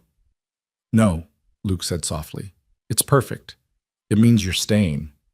Clara met his eyes across the table. "It means I'm considering staying, past the growing season, if the arrangement still works for both of us." "It works for me," Luke said immediately. "More than works. You've brought this place back to life, Clara. Not just the garden, but all of it. The house feels like a home again. The ranch has direction. He stopped, seeming to reconsider his words. "I have a partner I can count on." Clara felt warmth spread through her chest, a feeling that was becoming familiar whenever Luke looked at her like this, like she was something valuable, something worth keeping. That evening, they sat on the porch, as had become their custom, watching the sunset paint the red rocks in shades of fire. Clara had brought out the ledger she'd been keeping, tracking expenses and profits from the garden. "We're ahead of projections," she said, running her finger down the columns. "If the tomatoes and squash do as well as I expect, we'll turn a significant profit this season. Enough to expand operations next year, maybe even hire some help." Luke leaned over to look at the ledger, and his shoulder brushed hers. Neither of them moved away. "You have a gift for this," Luke said. "Not just the growing, but the business side. You see angles I'd never consider. My father used to say that farming was 10% dirt and 90% thinking," Clara said. "You have to be strategic, plan ahead, anticipate problems before they arise." "Is that what you're doing now? Anticipating problems?" Clara closed the ledger slowly. I'm trying to figure out what happens when the growing season ends. Whether this arrangement can sustain itself through winter. Whether—" She stopped, uncertain how to finish. "Whether we can sustain ourselves," Luke said quietly. "That's what you're really asking, isn't it?" Clara nodded, not trusting her voice. Luke was silent for a long moment, his eyes on the distant mountains. "I think about Evelyn sometimes," he said finally. "About what it would have been like if she'd been the one to step off that train. And the truth is, I can't really imagine it anymore. When I try to picture my life, my future, the person I see standing in the garden, sitting on this porch, the person I see is you."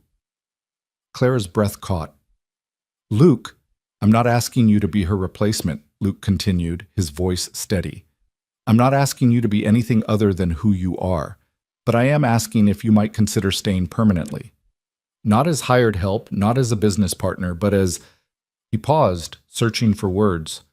"As whatever you want to be. Whatever we might become." Clara felt tears prick her eyes.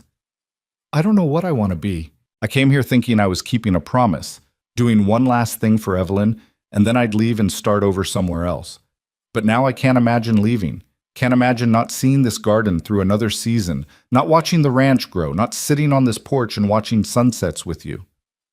"Then don't imagine it," Luke said, turning to face her fully. "Don't leave. Stay and we'll figure out the rest as we go." "What will people say?" "What they're already saying," Luke said with a slight smile. "The difference is, we'll know the truth. That this isn't scandal or convenience or any of the things they want to believe. It's just two people who found something unexpected and decided it was worth holding on to." Clara looked at him, really looked at him, seeing not the stranger from the letters, but the man who'd emerged through weeks of shared work and quiet conversations.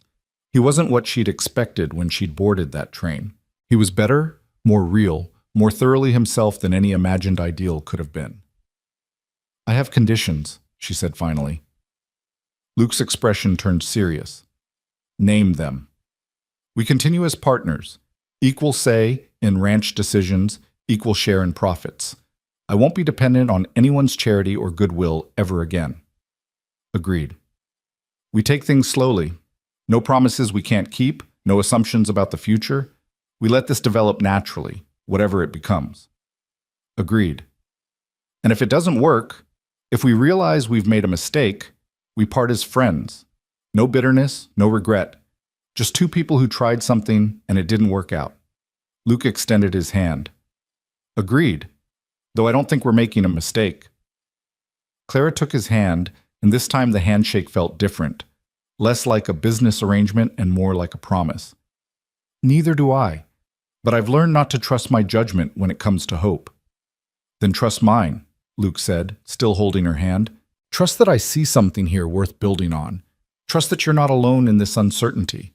Clara realized he was still holding her hand, that neither of them had let go. His palm was warm and calloused against hers, solid and real and present. And in that moment, with the last light fading from the sky and the first stars beginning to appear, Clara let herself believe that maybe, just maybe, this impossible situation might actually work. "I'll stay," she said softly. "Through winter, through next spring, through whatever comes. I'll stay and we'll see where this goes." Luke's smile was brilliant, transforming his face. "That's all I'm asking." He released her hand then, but the warmth of his touch lingered. They sat together as night fell completely, watching the stars emerge one by one, and Clara felt something shift inside her, a wall coming down, a door opening, a possibility taking root and beginning to grow. The garden had been her excuse to stay. The partnership had been her rationalization. But sitting here with Luke, feeling the rightness of this moment, Clara acknowledged the truth she'd been avoiding. She was falling for him. Slowly, carefully, against all her better judgment and protective instincts, she was letting herself fall. And instead of terrifying her, it felt like coming home. The first real test of their new understanding came 3 weeks later, on a Tuesday that started like any other.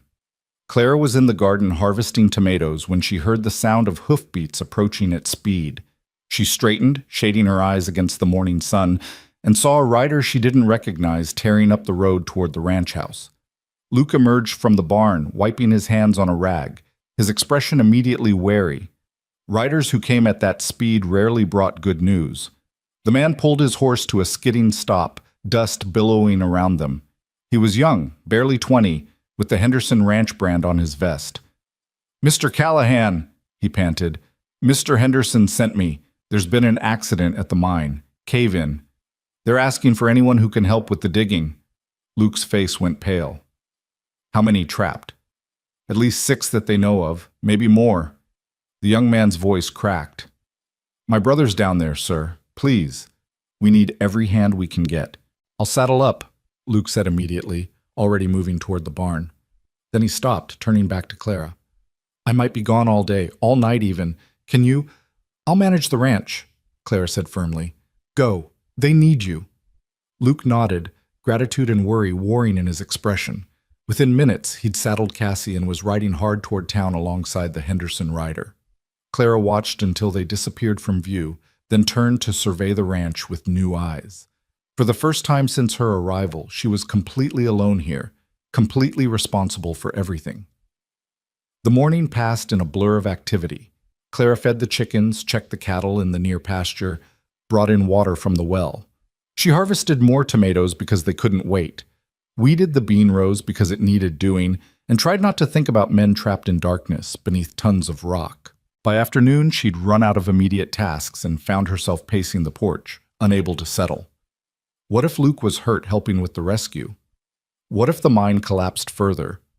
What if he didn't come back? The last thought stopped her cold. When had Luke become so essential to her sense of security? When had this place, this life, become something she couldn't imagine losing? She was still wrestling with these questions when she heard a wagon approaching. This time it was Mrs. Chen, her small figure perched on the driver's seat with surprising command. "Miss Harper," Mrs. Chen called as she pulled up. "I thought you might appreciate company, and I brought supplies." She gestured to several baskets in the wagon bed. "The women are organizing. Food for the rescue workers, bandages, whatever might be needed. I thought you and I could prepare things here, then take them to the mine." Clara felt a rush of gratitude. "Thank you. I was going mad with waiting and not knowing." Mrs. Chen climbed down with practiced ease. "Waiting is harder than doing, so we will do." They worked together in the kitchen, Clara following Mrs. Chen's efficient directions. They made sandwiches, strong coffee, prepared clean cloths that could serve as bandages. Mrs. Chen moved through Luke's kitchen as if she knew it, and Clara realized she probably did, had probably helped Luke's mother in this same space years ago. "You care for him," Mrs. Chen said after a while. It wasn't a question. Clara's hand stilled on the bread she was slicing. Is it that obvious? To someone who knows what to look for, yes. Mrs. Chen began packing sandwiches into a basket with methodical precision. "He cares for you too. I have known Luke Callahan since he was a boy. I have never seen him look at anyone the way he looks at you." "Not even Sarah Mitchell?" Mrs. Chen made a dismissive sound. "Sarah Mitchell wants a husband who will give her status and security. She never saw Luke, only what he could provide. You see him. That is the difference." Clara absorbed this, trying to sort through the tangle of her feelings. "I didn't come here for this. For him. I came to deliver a message and leave." "And yet you stayed," Mrs. Chen observed. "Why?" "At first for the garden, for the work, for the purpose it gave me." Clara set down the knife, meeting Mrs. Chen's knowing gaze. "But now I'm not sure I could leave even if I wanted to, and that terrifies me. Love often does, Mrs. Chen said matter-of-factly. "It requires trust, and trust requires courage. But I think you are more brave than you believe, Miss Harper. You traveled across a continent alone. You faced a stranger with difficult news. You built something from nothing in hostile ground. These are not the actions of a coward." "But what if I'm wrong? What if this is just loneliness and proximity, and I'm mistaking it for something more?" Mrs. Chen's expression softened. "Then you will discover that in time, and you will adjust. But I do not think you are wrong. I think you have found something rare, a partnership built on honesty and respect. The affection that grows from such soil tends to be sturdy."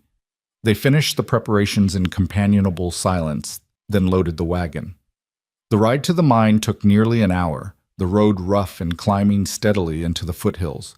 They could see the mine entrance from a distance, a dark mouth in the hillside, surrounded by a haphazard collection of buildings and equipment.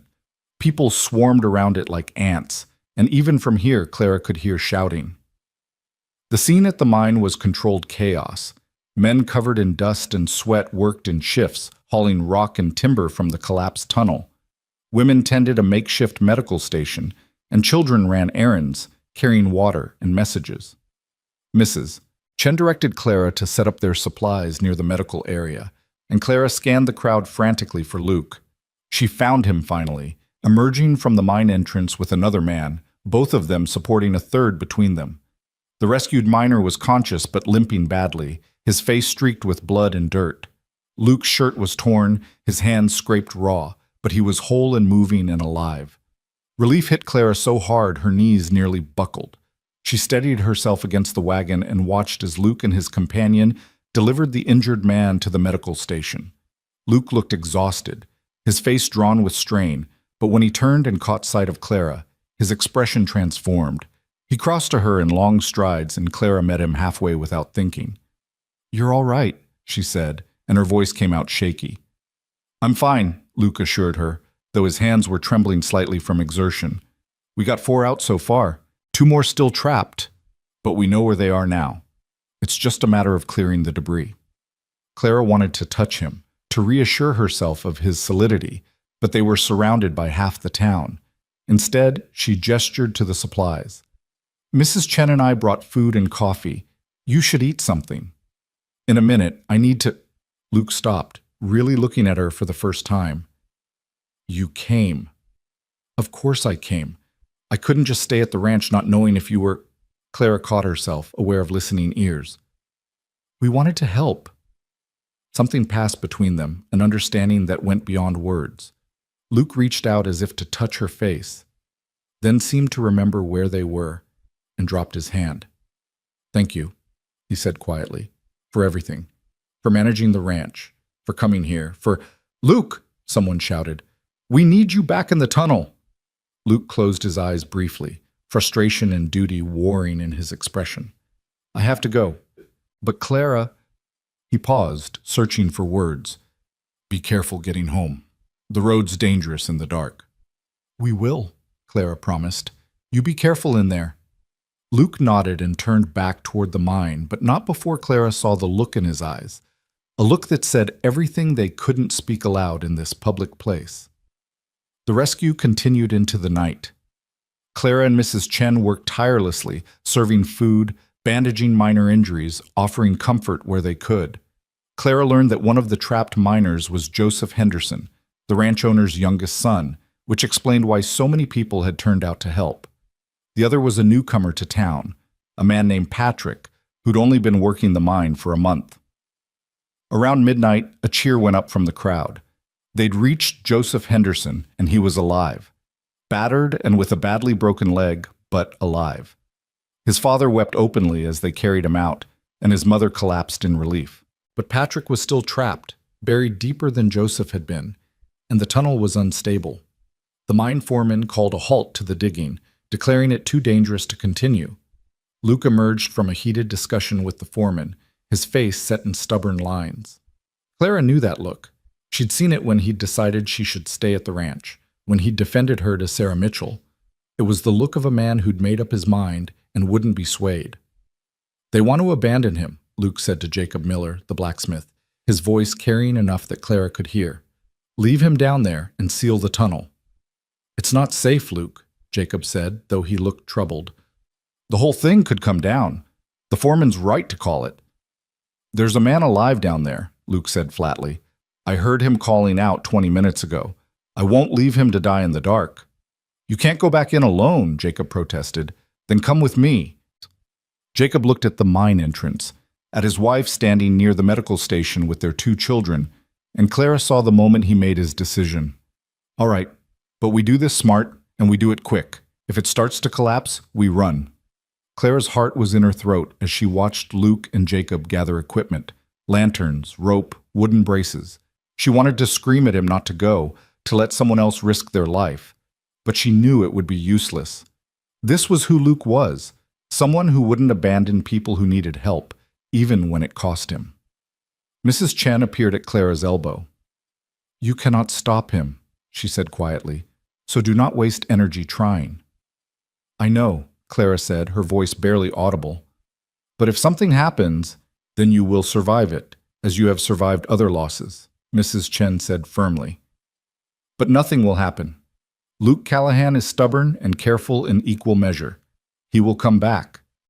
Clara wanted to believe her, but belief felt like a luxury she couldn't afford.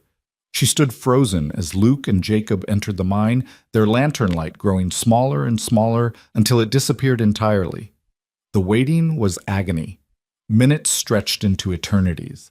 Other miners stood near the entrance, ready to mount a rescue if needed, but their faces were grim. Everyone knew the risks. Everyone understood what Luke and Jacob had undertaken.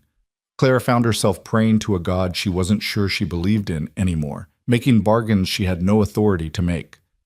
Let him live, and I'll leave if that's what's best. Let him live, and I'll stay forever if that's what he wants. Let him live, and I'll tell him everything I've been too afraid to say. 20 minutes passed. 30. The crowd had grown silent, everyone straining to hear something, anything from below. And then, voices.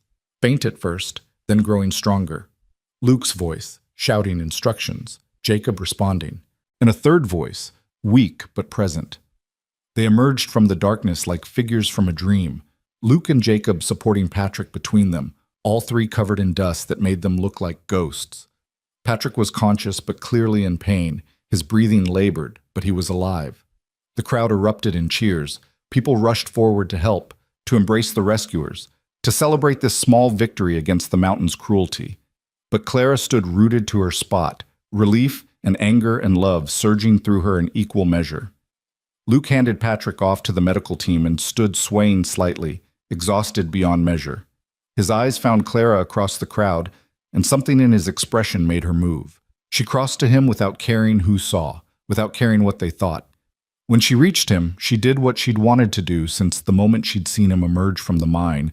She threw her arms around him. Luke stiffened in surprise for a moment, then his arms came up to hold her, and Clara felt him sag against her, finally allowing himself to feel the weight of what he'd just done. You idiot, Clara whispered against his shoulder. You brave, stupid, wonderful idiot. I had to, Luke said, his voice rough with dust and emotion. I couldn't leave him. I know, Clara said, pulling back just enough to look at his face. I know you couldn't. But Luke, if something had happened to you... She couldn't finish the sentence, couldn't voice the depth of the fear that had gripped her. But Luke seemed to understand anyway. I'm sorry, he said quietly. I'm sorry I scared you. Don't apologize for being who you are, Clara said. Just promise me you'll be more careful. Promise me you won't... Her voice cracked. Promise me you won't make me lose someone else. Luke's hands came up to frame her face, heedless of the dirt and blood on them, heedless of the crowd watching with undisguised interest. I promise, he said. Clara, I promise. Mrs. Chen materialized beside them, practical as always. Mr. Callahan needs medical attention. Those hands require cleaning and bandaging. Come. Luke allowed himself to be led to the medical station, and Clara followed, not willing to let him out of her sight. She watched as Martha Yates, who had some nursing training, cleaned and bandaged his scraped palms, checked him for other injuries, and declared him bruised but fundamentally sound. You should rest, Martha said firmly. You've been working for nearly 20 hours straight. I will, Luke promised, as soon as we get home. The ride back to the ranch was quiet. Mrs. Chen had taken her wagon back to town, leaving Luke and Clara to return together. Luke drove despite his exhaustion, his bandaged hands awkward on the reins but functional. Clara sat close beside him, ostensibly because the wagon seat was narrow, but really because she needed to feel his warmth, to reassure herself that he was truly there. The whole town will be talking by morning, Luke said after a while, a hint of amusement in his exhausted voice. About you embracing me in front of everyone?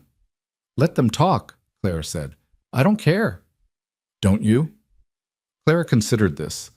A month ago, she would have cared desperately, would have worried about propriety and reputation and what people thought.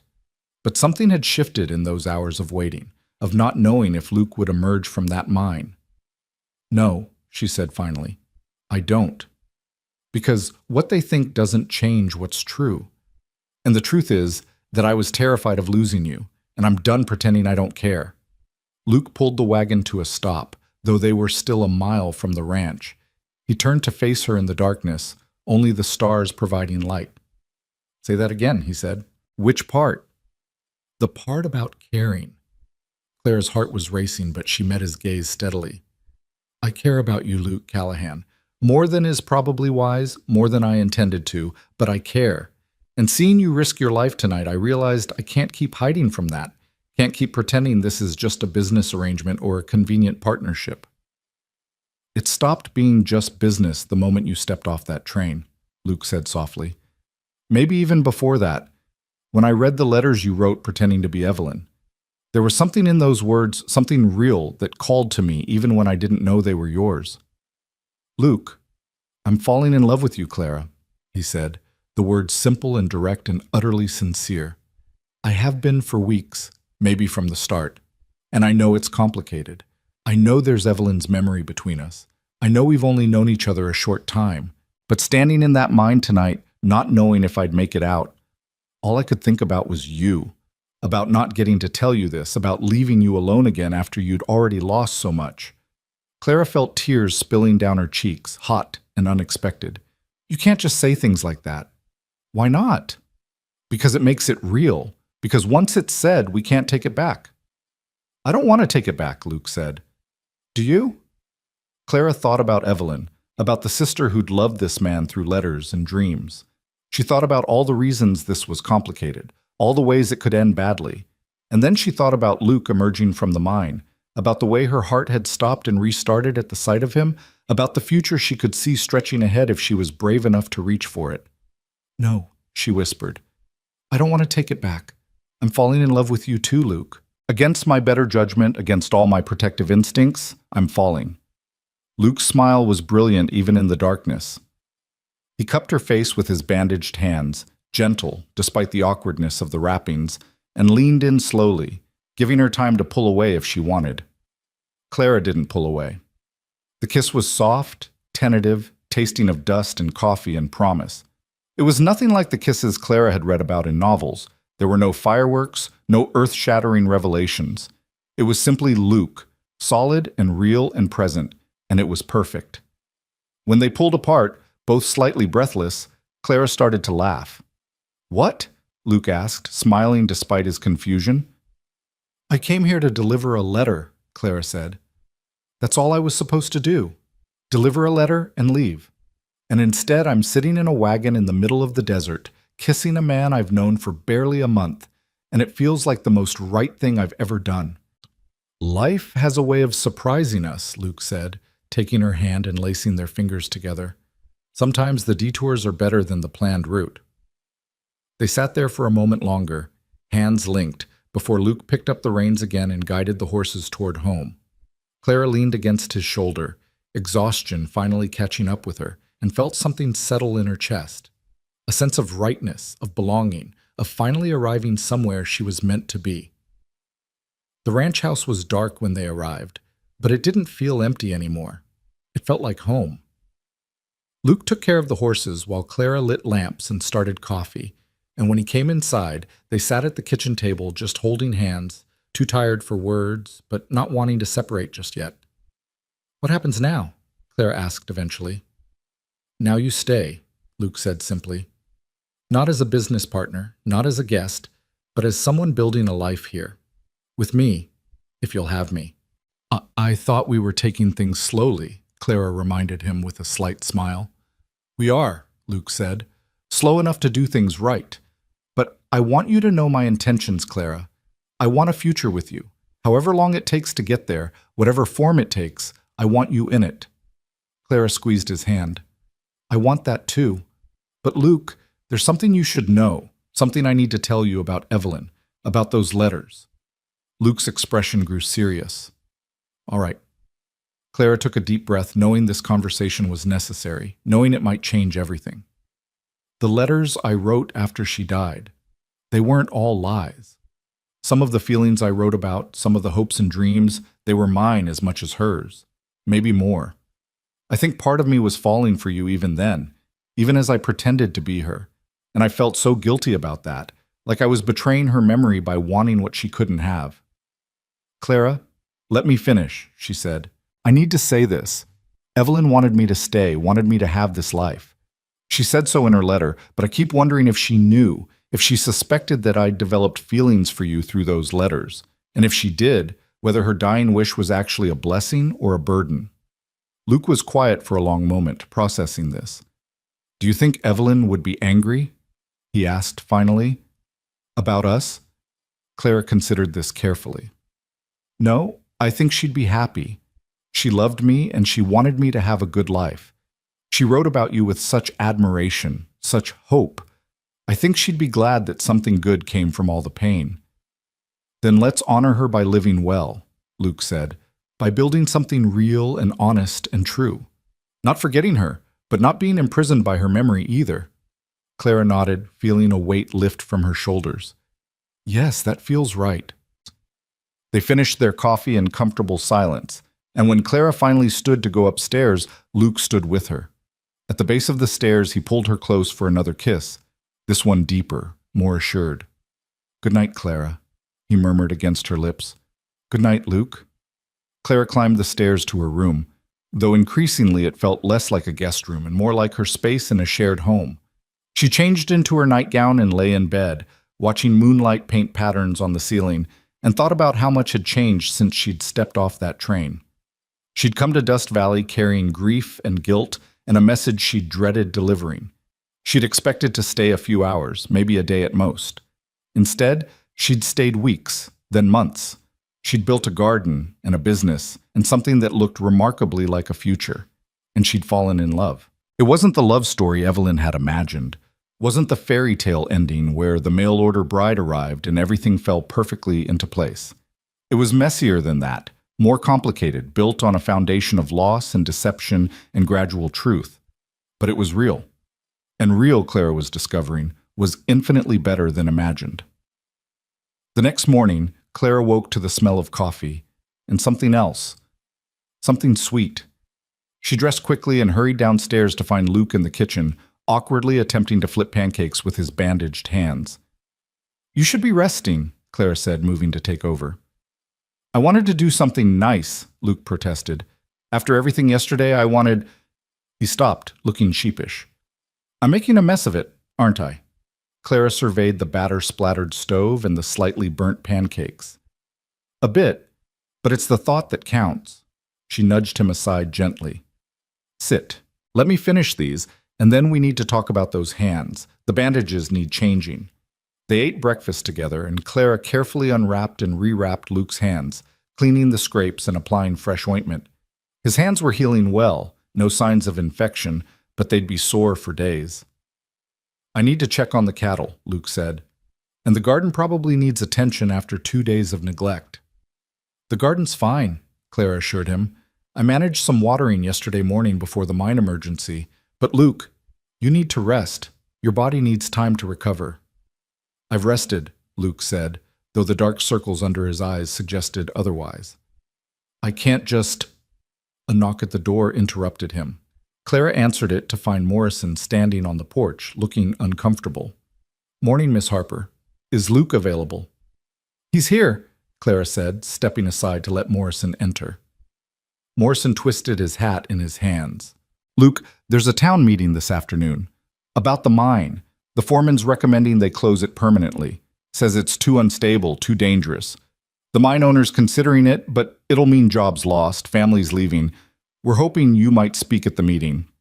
"Me?" Luke looked surprised. "Why me?" "Because you risked your life to save Patrick," Morrison said. "Because people respect you. Because if anyone can convince the owner to invest in proper shoring and safety measures instead of just closing down, it might be you." Luke glanced at Clara, uncertainty in his expression. She gave a small nod of encouragement. "I'll be there," Luke said, "though I'm not sure what good my words will do." Morrison's face brightened. "Your words and your example, Luke. You showed us all what it means to not give up on people. Maybe that'll remind the mine owner not to give up on this town." After Morrison left, Luke sat heavily at the table. "I don't know what to say to convince anyone of anything. I'm a rancher, not a speaker." Clara sat beside him, taking his bandaged hand carefully. "You don't need to be a speaker. You just need to be honest. Tell them why you went back into that mine. Tell them what this community means. The rest will follow." The town meeting was held in the church, the only building large enough to hold everyone. Clara sat in the back with Mrs. Chen while Luke joined the other men at the front. The mine owner, a portly man named Jacobson who lived in Silver Creek and rarely visited Dust Valley, looked supremely uncomfortable with the hostile crowd. The foreman laid out the facts. The mine was unstable, had been for months. Proper reinforcement would cost thousands of dollars, money Jacobson didn't want to spend on a mine that was already playing out. Better to cut losses, close it down, and let people find work elsewhere. "And where exactly would that be?" someone shouted from the crowd. "There's no other work within 50 miles. The meeting dissolved into chaos, everyone shouting at once. Jacobson looked ready to flee, and Clara could see the decision calcifying in his mind. Close the mine, wash his hands of Dust Valley, let the town die. Then Luke stood up. He didn't shout, didn't demand attention. He just stood there, and gradually the room quieted. People turned to look at him, this man who'd risked everything to save a stranger, who bore the bandages to prove it. "Mr. Jacobson," Luke said, his voice carrying clearly in the sudden silence. "I'm not going to pretend to understand mining or business economics. I'm a rancher. I know cattle and land and how to make something grow in hostile conditions. But I know this too. Dust Valley is hostile conditions. It's hard land, harsh weather, and limited resources. Every person in this room has chosen to stay here anyway, to build lives and families in a place that fights them every step of the way." He paused, and Clara could see him gathering his thoughts, finding the words. "Yesterday, I went into an unstable mine to pull out a man I'd never met. People said it was heroic, but it wasn't. It was just refusing to give up on someone when giving up would have been easier. That's what we do here in Dust Valley. We don't give up, not on each other, not on this town, not on the future we're trying to build." Luke turned to address the whole room now, not just Jacobson. "We can't force anyone to invest in us. Can't force anyone to see value where they've decided there isn't any. But we can decide not to give up on ourselves. If the mine closes, we find other ways. We diversify, we adapt, we survive. That's what we've always done." He looked back at Jacobson. "But if you're willing to invest in proper safety measures, willing to give this mine and this town another chance, you'll find people here willing to work harder than anyone you'll find elsewhere, because this is our home. And we fight for home." The room erupted in applause. Clara felt tears streaming down her face, pride swelling in her chest. This man, this wonderful, stubborn, brave man, he understood exactly what mattered. Jacobson looked stunned, clearly not expecting this kind of response. He conferred with the foreman in urgent whispers, then stood slowly. "I'll need to review the costs," he said. "Get proper estimates for the reinforcement work. But I'll consider it. No promises, but I'll consider it." It wasn't a commitment, but it was something, more than they'd had before Luke spoke. The meeting adjourned with cautious optimism, people clustering around Luke to shake his hand, to thank him, to express hope for the first time in weeks. Clara waited until the crowd thinned before approaching. Luke saw her and smiled, exhaustion and relief evident in his expression. "You were wonderful," Clara said. "I just spoke the truth. Sometimes that's exactly what's needed." They walked home together through the afternoon heat, and Clara marveled at how natural this felt, walking beside Luke, their hands occasionally brushing, belonging to this place and these people. "Whatever Jacobson decides," Luke said as the ranch came into view, "we'll be all right.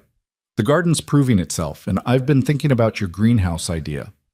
If we can grow through winter, we'll have income year-round." "We'll need to expand the operation for that," Clara said, her mind already working through logistics. "Maybe hire someone to help with the heavier work." "Partners," Luke said, smiling, "making plans together." "Partners," Clara agreed. "And maybe, eventually, something more." Luke stopped walking, turning to face her fully. "Clara Harper, are you suggesting what I think you're suggesting?" Clara felt heat rise in her cheeks but held his gaze. "I'm suggesting that we keep building this. The ranch, the garden, us. I'm suggesting that when you're ready, when we're both ready, we make this permanent, legal, real, in every sense." "I'm ready now," Luke said immediately. "Luke, I know, slow, careful, doing things right." He took her hands gently. "But Clara, I want you to know. When you're ready, whenever that is, my answer will be yes. Enthusiastically, completely yes."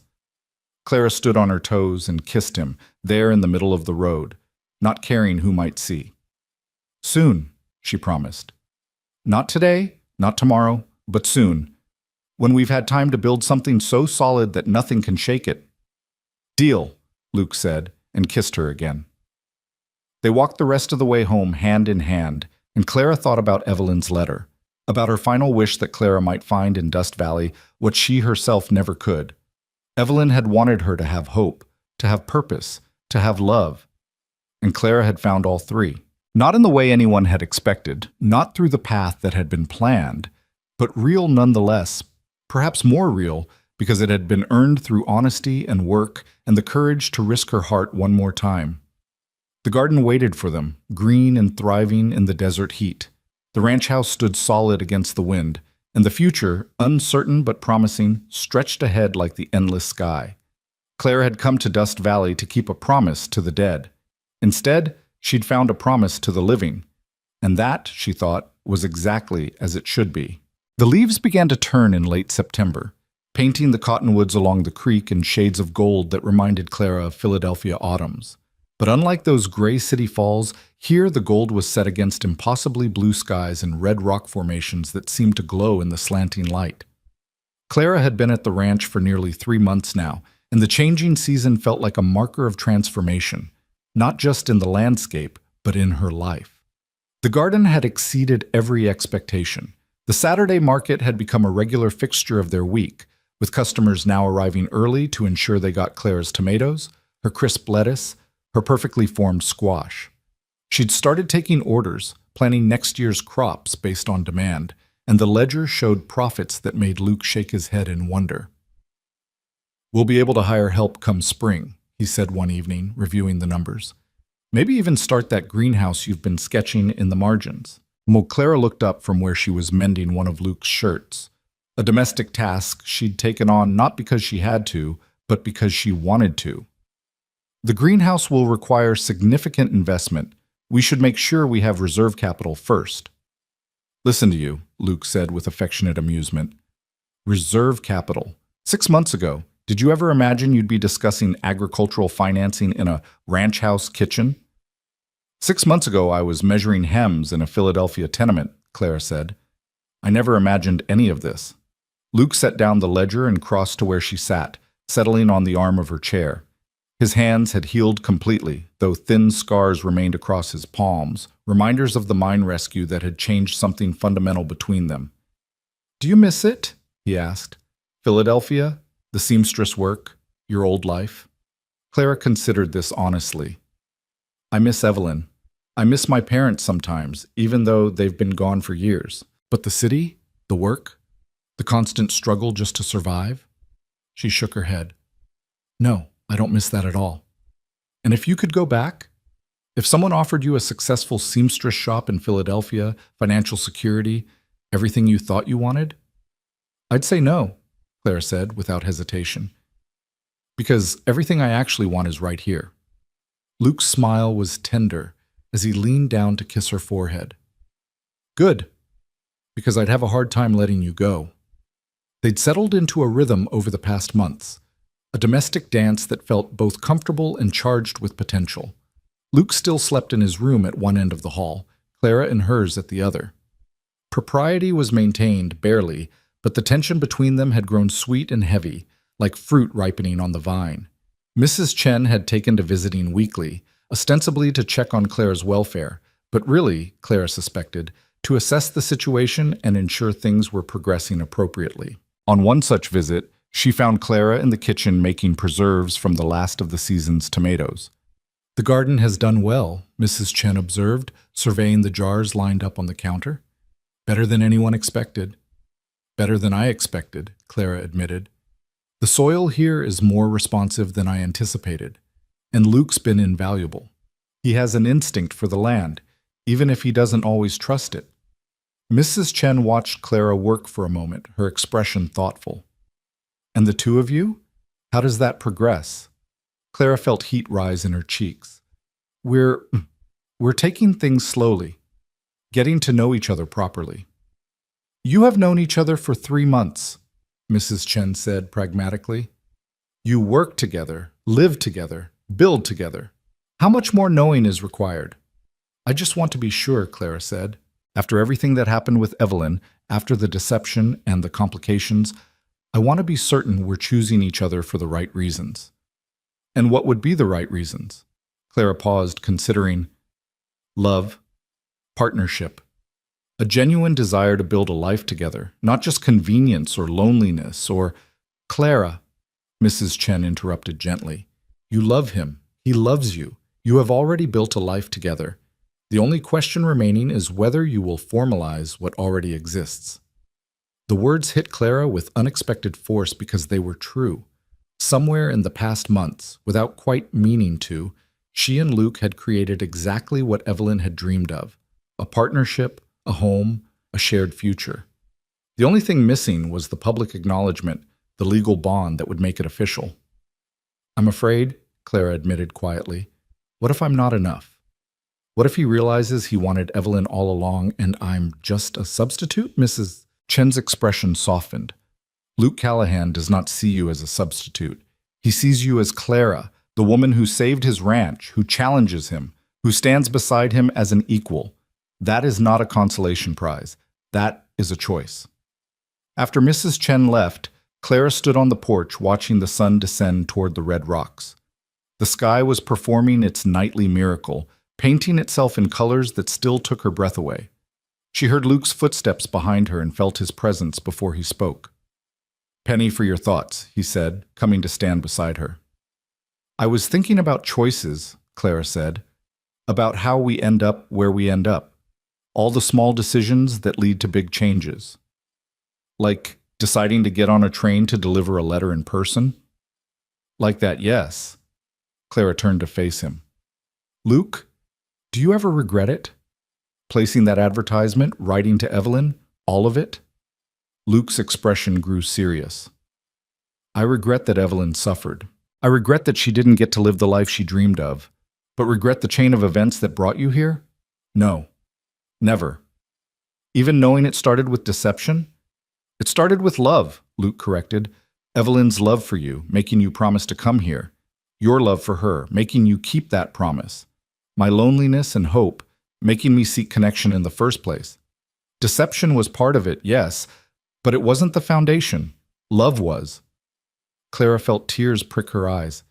When did you become so wise? Probably around the time a stubborn woman showed up and refused to leave, forcing me to examine what I actually want from life. Clara laughed through her tears. I didn't refuse to leave. You asked me to stay. Because I knew, even then, that you were what I needed. Maybe not what I thought I wanted, but definitely what I needed. They stood together as darkness fell, and Clara felt something shift inside her, a last wall coming down, a final defense crumbling. She'd been holding back, keeping part of herself in reserve in case this all fell apart.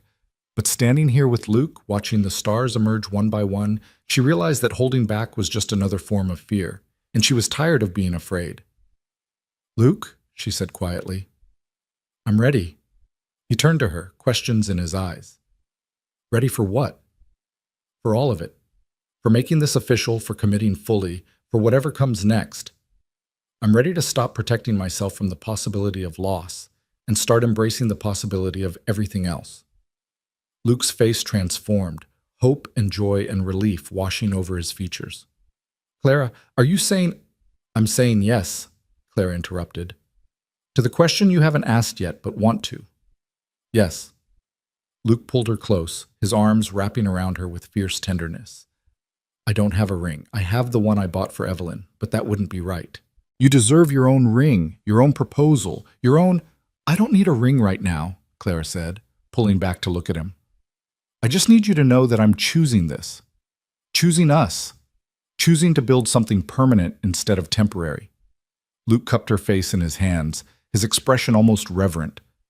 Clara Harper, I love you.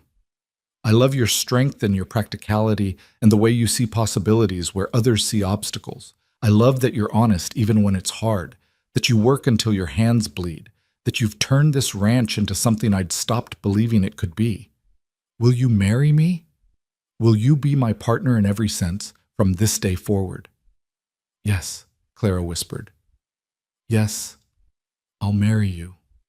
The kiss that followed was different from the others they'd shared, deeper, more certain, carrying the weight of commitment and the promise of a shared future. When they finally broke apart, both breathless, Clara started to laugh. What? Luke asked, smiling at her joy. I came here to deliver a letter, Clara said, echoing words she'd spoken months ago.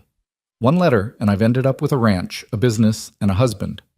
Not a husband yet, Luke reminded her. We still need to make it legal. Details, Clara said, kissing him again. They decided to marry quickly and simply. Neither of them wanted a long engagement or an elaborate ceremony. Within a week, they'd made the arrangements, a simple service at the church, with Mrs. Chen and Jacob Miller as witnesses, and a small reception at the boarding house for whoever wanted to attend. The night before the wedding, Clara sat in her room, soon to be their room, and took out Evelyn's letter one final time. She'd read it so many times the creases were wearing thin, but tonight felt like the right moment for a final reading. Evelyn's words were as familiar as prayer now, but Clara focused on the ending, on her sister's final wish. If there's any chance at all that Clara might stay, that she might find in Dust Valley what I never could, please give her that chance. I found it, Evelyn, Clara whispered to the empty room. I found everything you wanted for me and more. I hope you can see this, wherever you are. I hope you know that your death wasn't meaningless, that good came from it, that I'm happy. She folded the letter carefully and placed it in the small box where she kept her most precious things, her mother's wedding ring, a photograph of her parents, a pressed flower from the first harvest of the garden. These pieces of her past, preserved but no longer controlling her present. A soft knock at the door interrupted her thoughts. Come in, she called. Luke entered, looking slightly sheepish. I know it's bad luck to see the bride before the wedding, but I couldn't sleep. Keep thinking about tomorrow, about everything changing. Nothing's changing, Clara said, standing to meet him. Everything's just becoming official. Luke crossed to her, taking her hands. I want you to know something. Tomorrow, when we say our vows, I'll be thinking about Evelyn too. About how grateful I am that she sent you here, that she cared enough about both of us to engineer this. She'll be part of our story always, and I want you to know that's all right with me. Clara felt tears slip down her cheeks. I love you so much. For understanding that, for accepting all of it. The complications, and the history, and the fact that this isn't how anyone planned it. The best things rarely are, Luke said, wiping away her tears with gentle thumbs. Now I should go before Mrs. Chen catches me in here and postpones the wedding on principle. He kissed her softly and left, and Clara climbed into bed feeling more at peace than she had in years. Tomorrow she would marry Luke Callahan. Tomorrow she would stop being Clara Harper and become Clara Callahan. Tomorrow the life she'd been building would become irrevocably real. The wedding day dawned clear and bright, the October air crisp with the promise of winter but still warm in the sun. Clara dressed in the blue dress she'd worn to the church social, but Mrs. Chen had brought lace and ribbons, transforming it into something that could pass for a proper wedding gown. Martha Yates helped with her hair, pinning it up in an elegant style that made Clara barely recognize herself in the mirror. "You look beautiful," Martha said warmly. "Luke's a lucky man." "I'm the lucky one," Clara said, meaning it. The church was fuller than she'd expected. It seemed half of Dust Valley had turned out, curious about the woman who'd stepped off the train 3 months ago and stayed to marry the town's most eligible bachelor. Clara saw faces she recognized from the market, from the mine rescue, from daily life in this small community that had somehow become hers. Sarah Mitchell was there too, sitting near the back with a carefully neutral expression. Clara caught her eye and was surprised to see not hostility, but something closer to acceptance. Perhaps even Sarah had finally understood that some battles weren't worth fighting. And then the music started, and Clara's attention focused entirely on the front of the church, where Luke stood waiting. He wore the same suit he'd worn to the social, but he'd gotten a fresh shave and his hair was neatly combed, and the look on his face as he watched her walk down the aisle made Clara's heart stutter. The ceremony was simple and short, the Reverend keeping his remarks brief and focused. They exchanged vows that they'd written themselves, promises to work together, to be honest with each other, to build a life worthy of the sacrifices that had brought them to this moment. When Luke slipped the ring on her finger, a simple gold band he'd purchased in Silver Creek the week before, Clara felt the weight of it like an anchor tethering her to this place, this man, this future. "I now pronounce you husband and wife," the Reverend said with a smile. "You may kiss your bride." Luke did, thoroughly and enthusiastically, and the church erupted in applause and cheers. Clara laughed against his lips, joy bubbling up from somewhere deep inside, and when they broke apart, she saw the same joy reflected in Luke's eyes. They walked back down the aisle together, and Clara caught Mrs. Chen's eye. The older woman was crying openly, dabbing at her eyes with a handkerchief, and she mouthed, "I told you so," as they passed. Clara grinned and squeezed Luke's hand tighter. The reception at the boarding house was loud and cheerful, with food provided by half the town and music from the same band that had played at the social. Clara danced with Luke, with Jacob Miller, even with Morrison, who apologized for his wife's initial coldness and wished them both happiness. As the afternoon wore on and the celebration showed no signs of slowing, Luke leaned close to Clara's ear. "Think anyone would notice if we slipped away?" "Everyone would notice," Clara said. "But I don't think anyone would mind." They made their goodbyes to Mrs. Chen and thanked the assembled guests, then escaped to the wagon. The ride home was different this time. No tension, no uncertainty, just the warm satisfaction of promises made and kept. The ranch looked the same as it always had, but crossing the threshold felt different. This was truly Clara's home now, legally and completely.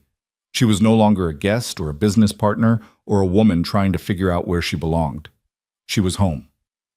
Luke carried her over the threshold, tradition winning out over practicality, and set her down gently in the parlor. "Welcome home, Mrs. Callahan." "Mrs. Callahan," Clara repeated, testing the name. "I like the sound of that." They stood in the center of the room, suddenly shy despite everything they'd been through together. It was Luke who finally broke the spell, taking Clara's hand and leading her toward the stairs. "I should warn you," he said as they climbed. "I moved all your things to our room this morning. Figured there was no point in maintaining separate spaces anymore." Clara smiled. "Our room? I like the sound of that too." The room that had been Luke's was now theirs, Clara's belongings mingling with his in a way that felt natural and right. The bed had fresh linens, Mrs. Chen's doing, no doubt, and evening light streamed through the windows, painting everything golden. Luke turned to Clara, suddenly serious. "I want you to know something. I'm glad it's you. Not as a consolation for Evelyn not being here, not as a second choice or a happy accident. I'm glad it's specifically you, Clara. I wouldn't want anyone else." "I know," Clara said. And she did. She'd finally stopped comparing herself to the woman from the letters, stopped wondering if she measured up to what Luke had been expecting. She was herself, and that was enough. More than enough. What followed was tender and tentative and entirely theirs. A claiming and a surrender, a beginning and a culmination. Clara had worried that the physical aspect of marriage would be awkward, colored by inexperience and uncertainty. But with Luke, it felt natural, an extension of the partnership they'd already built in every other aspect of their lives. Afterward, they lay tangled together in the growing darkness, and Clara felt a contentment so complete it was almost overwhelming. Luke's fingers traced lazy patterns on her shoulder, and she could hear his heartbeat steady and strong beneath her ear. "Are you happy?" Luke asked quietly. Clara thought about the question, about happiness and how it manifested, about the journey that had brought her here. She thought about Evelyn, about Philadelphia, about all the pain and loss that had preceded this moment. "Yes," she said simply, "I'm happy." The weeks that followed the wedding were busy ones. Word had spread about the success of Clara's garden, and she began receiving letters from other struggling ranchers asking for advice. She started writing back, sharing her knowledge freely, and soon a network was forming, small gardens springing up across the valley, each one following the principles Clara had proven worked in this harsh climate. Luke watched with pride as his wife became not just the heart of their ranch, but a resource for the entire community. "You're changing this place," he told her one evening as she drafted a response to a rancher in the next county, "making it more sustainable, more resilient." "I'm just sharing what I know," Clara said. "What my father taught me, what I learned through trial and error." "You're doing more than that," Luke insisted. "You're giving people hope, showing them there are ways to thrive here, not just survive." News came in November that Jacobson had decided to invest in the mine after all, installing proper safety equipment and reinforcing the unstable sections. It wasn't entirely due to Luke's speech at the town meeting, but Clara knew that speech had played a part. Luke had reminded Jacobson, and everyone else, that Dust Valley was worth fighting for. The mine reopened in December with new safety protocols, and families who'd been preparing to leave unpacked their belongings and settled back in. Patrick, the miner Luke had saved, stopped by the ranch one Sunday to thank them both. "I owe you my life, Mr. Callahan," he said, shaking Luke's hand. "And Mrs. Callahan, I hear the whole garden idea started with you. My wife's using your techniques, and we're eating fresh vegetables for the first time in years. So I owe you both more than I can repay." "You don't owe us anything," Luke said firmly. "Just pay it forward. Help someone else when you get the chance." As winter settled over the valley, Clara and Luke spent long evenings planning for spring. They sketched designs for the greenhouse, calculated costs, discussed crop rotations, and expansion strategies. But they also spent time simply being together, reading by lamplight, talking about dreams and memories, learning each other in ways that went beyond the physical. On Christmas Eve, Luke surprised Clara with a gift. A beautiful leather-bound journal with her initials embossed on the cover. "For recording your techniques," he explained. "Your father's knowledge, your innovations, everything you're learning. It should be preserved, written down properly so it can be shared more widely." Clara was touched by the thoughtfulness of the gift.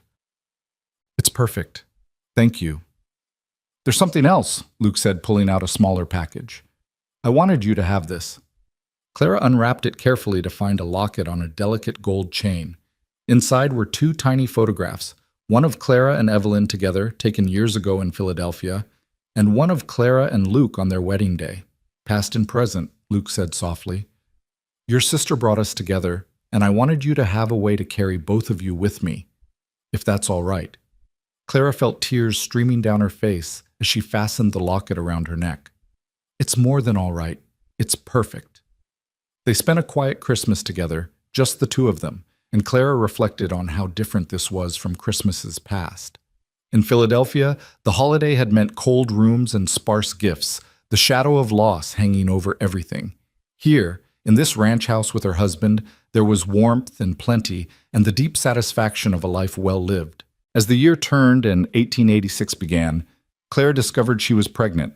She'd suspected for a few weeks but wanted to be certain before telling Luke. On a cold January morning, she finally found the courage. "Luke," she said over breakfast, "I have something to tell you." He looked up from his coffee, immediately alert to the serious tone in her voice. "What is it? Is something wrong?" "No, nothing's wrong. Actually, something's very right." Clara took a deep breath. "I'm going to have a baby. We're going to have a baby." Luke's face went through a remarkable transformation, shock, then wonder, then pure joy. He stood so quickly his chair nearly toppled, crossing to Clara and pulling her into his arms. "A baby," he whispered against her hair. "Clara, we're going to have a baby." "Are you happy?" Clara asked, though his reaction made the answer obvious. "Happy doesn't begin to cover it," Luke said, pulling back to look at her. "Terrified, amazed, grateful, all of those things and more." "When?" "Late summer, I think. August, maybe early September." Luke's hand moved to her stomach, still flat beneath her dress. "A summer baby, born during harvest season." "Fitting, isn't it?" Clara said with a smile. "This whole thing started with planting seeds. Now we're growing something even more precious." The pregnancy was easier than Clara had feared, though morning sickness plagued her through February and March. Luke was attentive to the point of being overbearing, trying to prevent her from doing any heavy work, until Clara finally put her foot down. "I'm pregnant, not dying," she told him firmly. "I can still work the garden, still manage the house. You need to trust me to know my limits." "I just don't want anything to happen to you," Luke said. "To either of you." Clara softened at the worry in his eyes. "Nothing's going to happen. I'm healthy, strong, we're going to be fine." As her belly grew and spring arrived, Clara found herself thinking often about Evelyn. How would her sister have felt about this? Would she have been happy that Clara had found love and was starting a family? Or would there have been sadness, regret for the life Evelyn herself never got to live? Clara chose to believe Evelyn would have been happy. After all, it was Evelyn who'd orchestrated all of this with her dying wish, who'd sent Clara west with instructions to stay if the opportunity arose. She'd wanted Clara to have exactly this: a home, a partner, a future filled with possibility. In late May, a letter arrived that made Clara catch her breath. It was from Philadelphia, from a lawyer she didn't recognize. With trembling hands, she opened it to find unexpected news. Her aunt's shop had finally sold, and after all debts were settled, there was a small inheritance. Not a fortune, but enough to make a difference. She showed the letter to Luke that evening. "It's not much, but it's something. We could use it for the greenhouse, or to expand the herd, or we could save it for the baby," Luke suggested. "Start an education fund. Make sure our child has opportunities we didn't." Clara felt warmth spread through her chest. "Our child. I'm still getting used to saying that." "Me too," Luke admitted. "But I like it. I like thinking about teaching a son or daughter to ride, to work the land, to understand this place the way we do." "What if it's a girl?" Clara asked. "What if she wants to do more than work the land?" Luke looked at her seriously. "Then we'll support that. Make sure she has the education and resources to do whatever she dreams of. Boy or girl, our child will have choices. That's what we'll give them, choices." As summer approached, the garden flourished under Clara's expert care, even as her growing belly made some tasks more challenging. She'd hired a young man named Tom to help with the heavier work, and he'd proven reliable and eager to learn. The greenhouse construction had begun in April, and by June its frame stood skeletal but promising against the sky. Clara stood admiring it one evening, one hand on her swollen belly, when Luke came up behind her and wrapped his arms around her, his hands covering hers. "Next winter we'll be growing food in there," he said, "providing fresh vegetables year-round. You've transformed this ranch, Clara, made it something I never dreamed it could be." "We transformed it," Clara corrected. "Together. That's how this works. Together." "Together," Luke agreed, kissing her temple.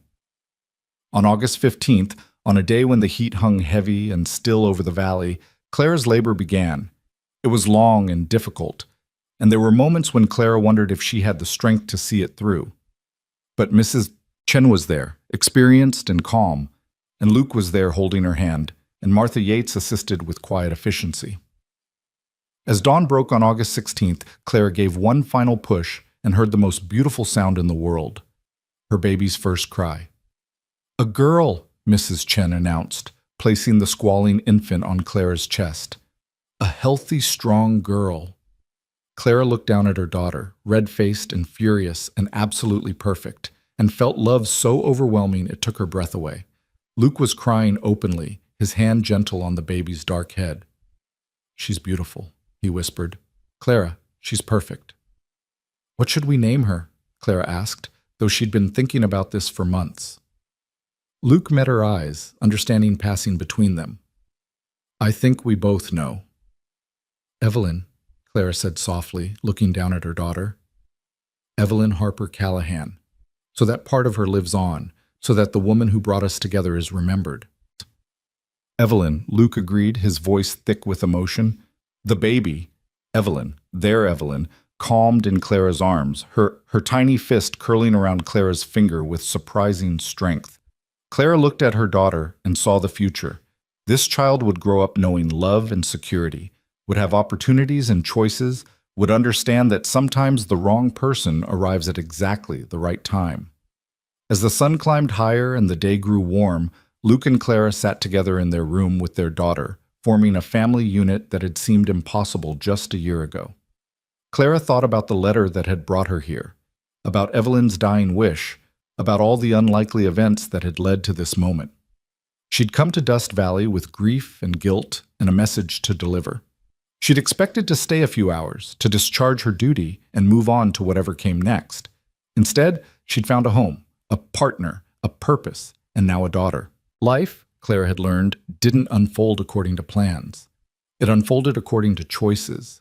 The choice to stay when you could leave, to trust when you'd been hurt, to love when you'd sworn you wouldn't risk it again.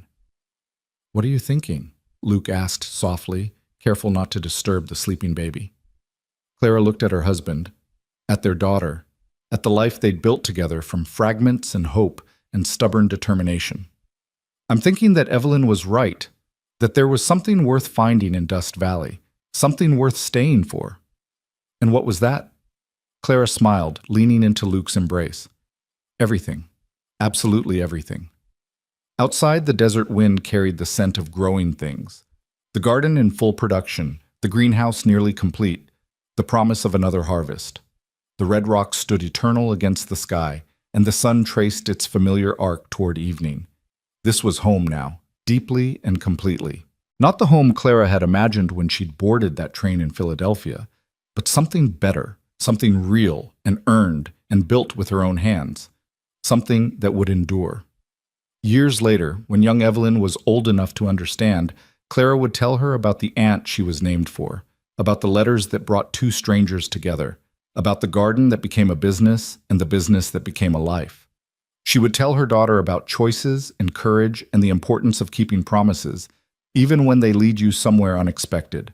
But for now, in this perfect moment, Clara simply held her family close and watched the sunset paint the sky in those nameless, beautiful colors.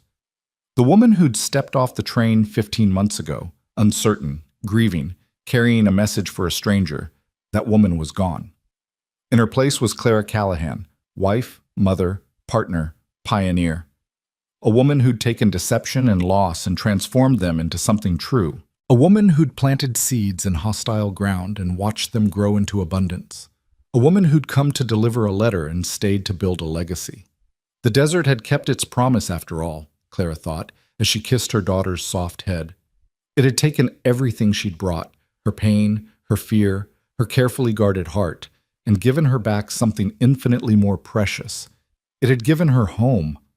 And that, Clara knew with absolute certainty as she sat surrounded by the love she'd never expected to find, was exactly where she was meant to be.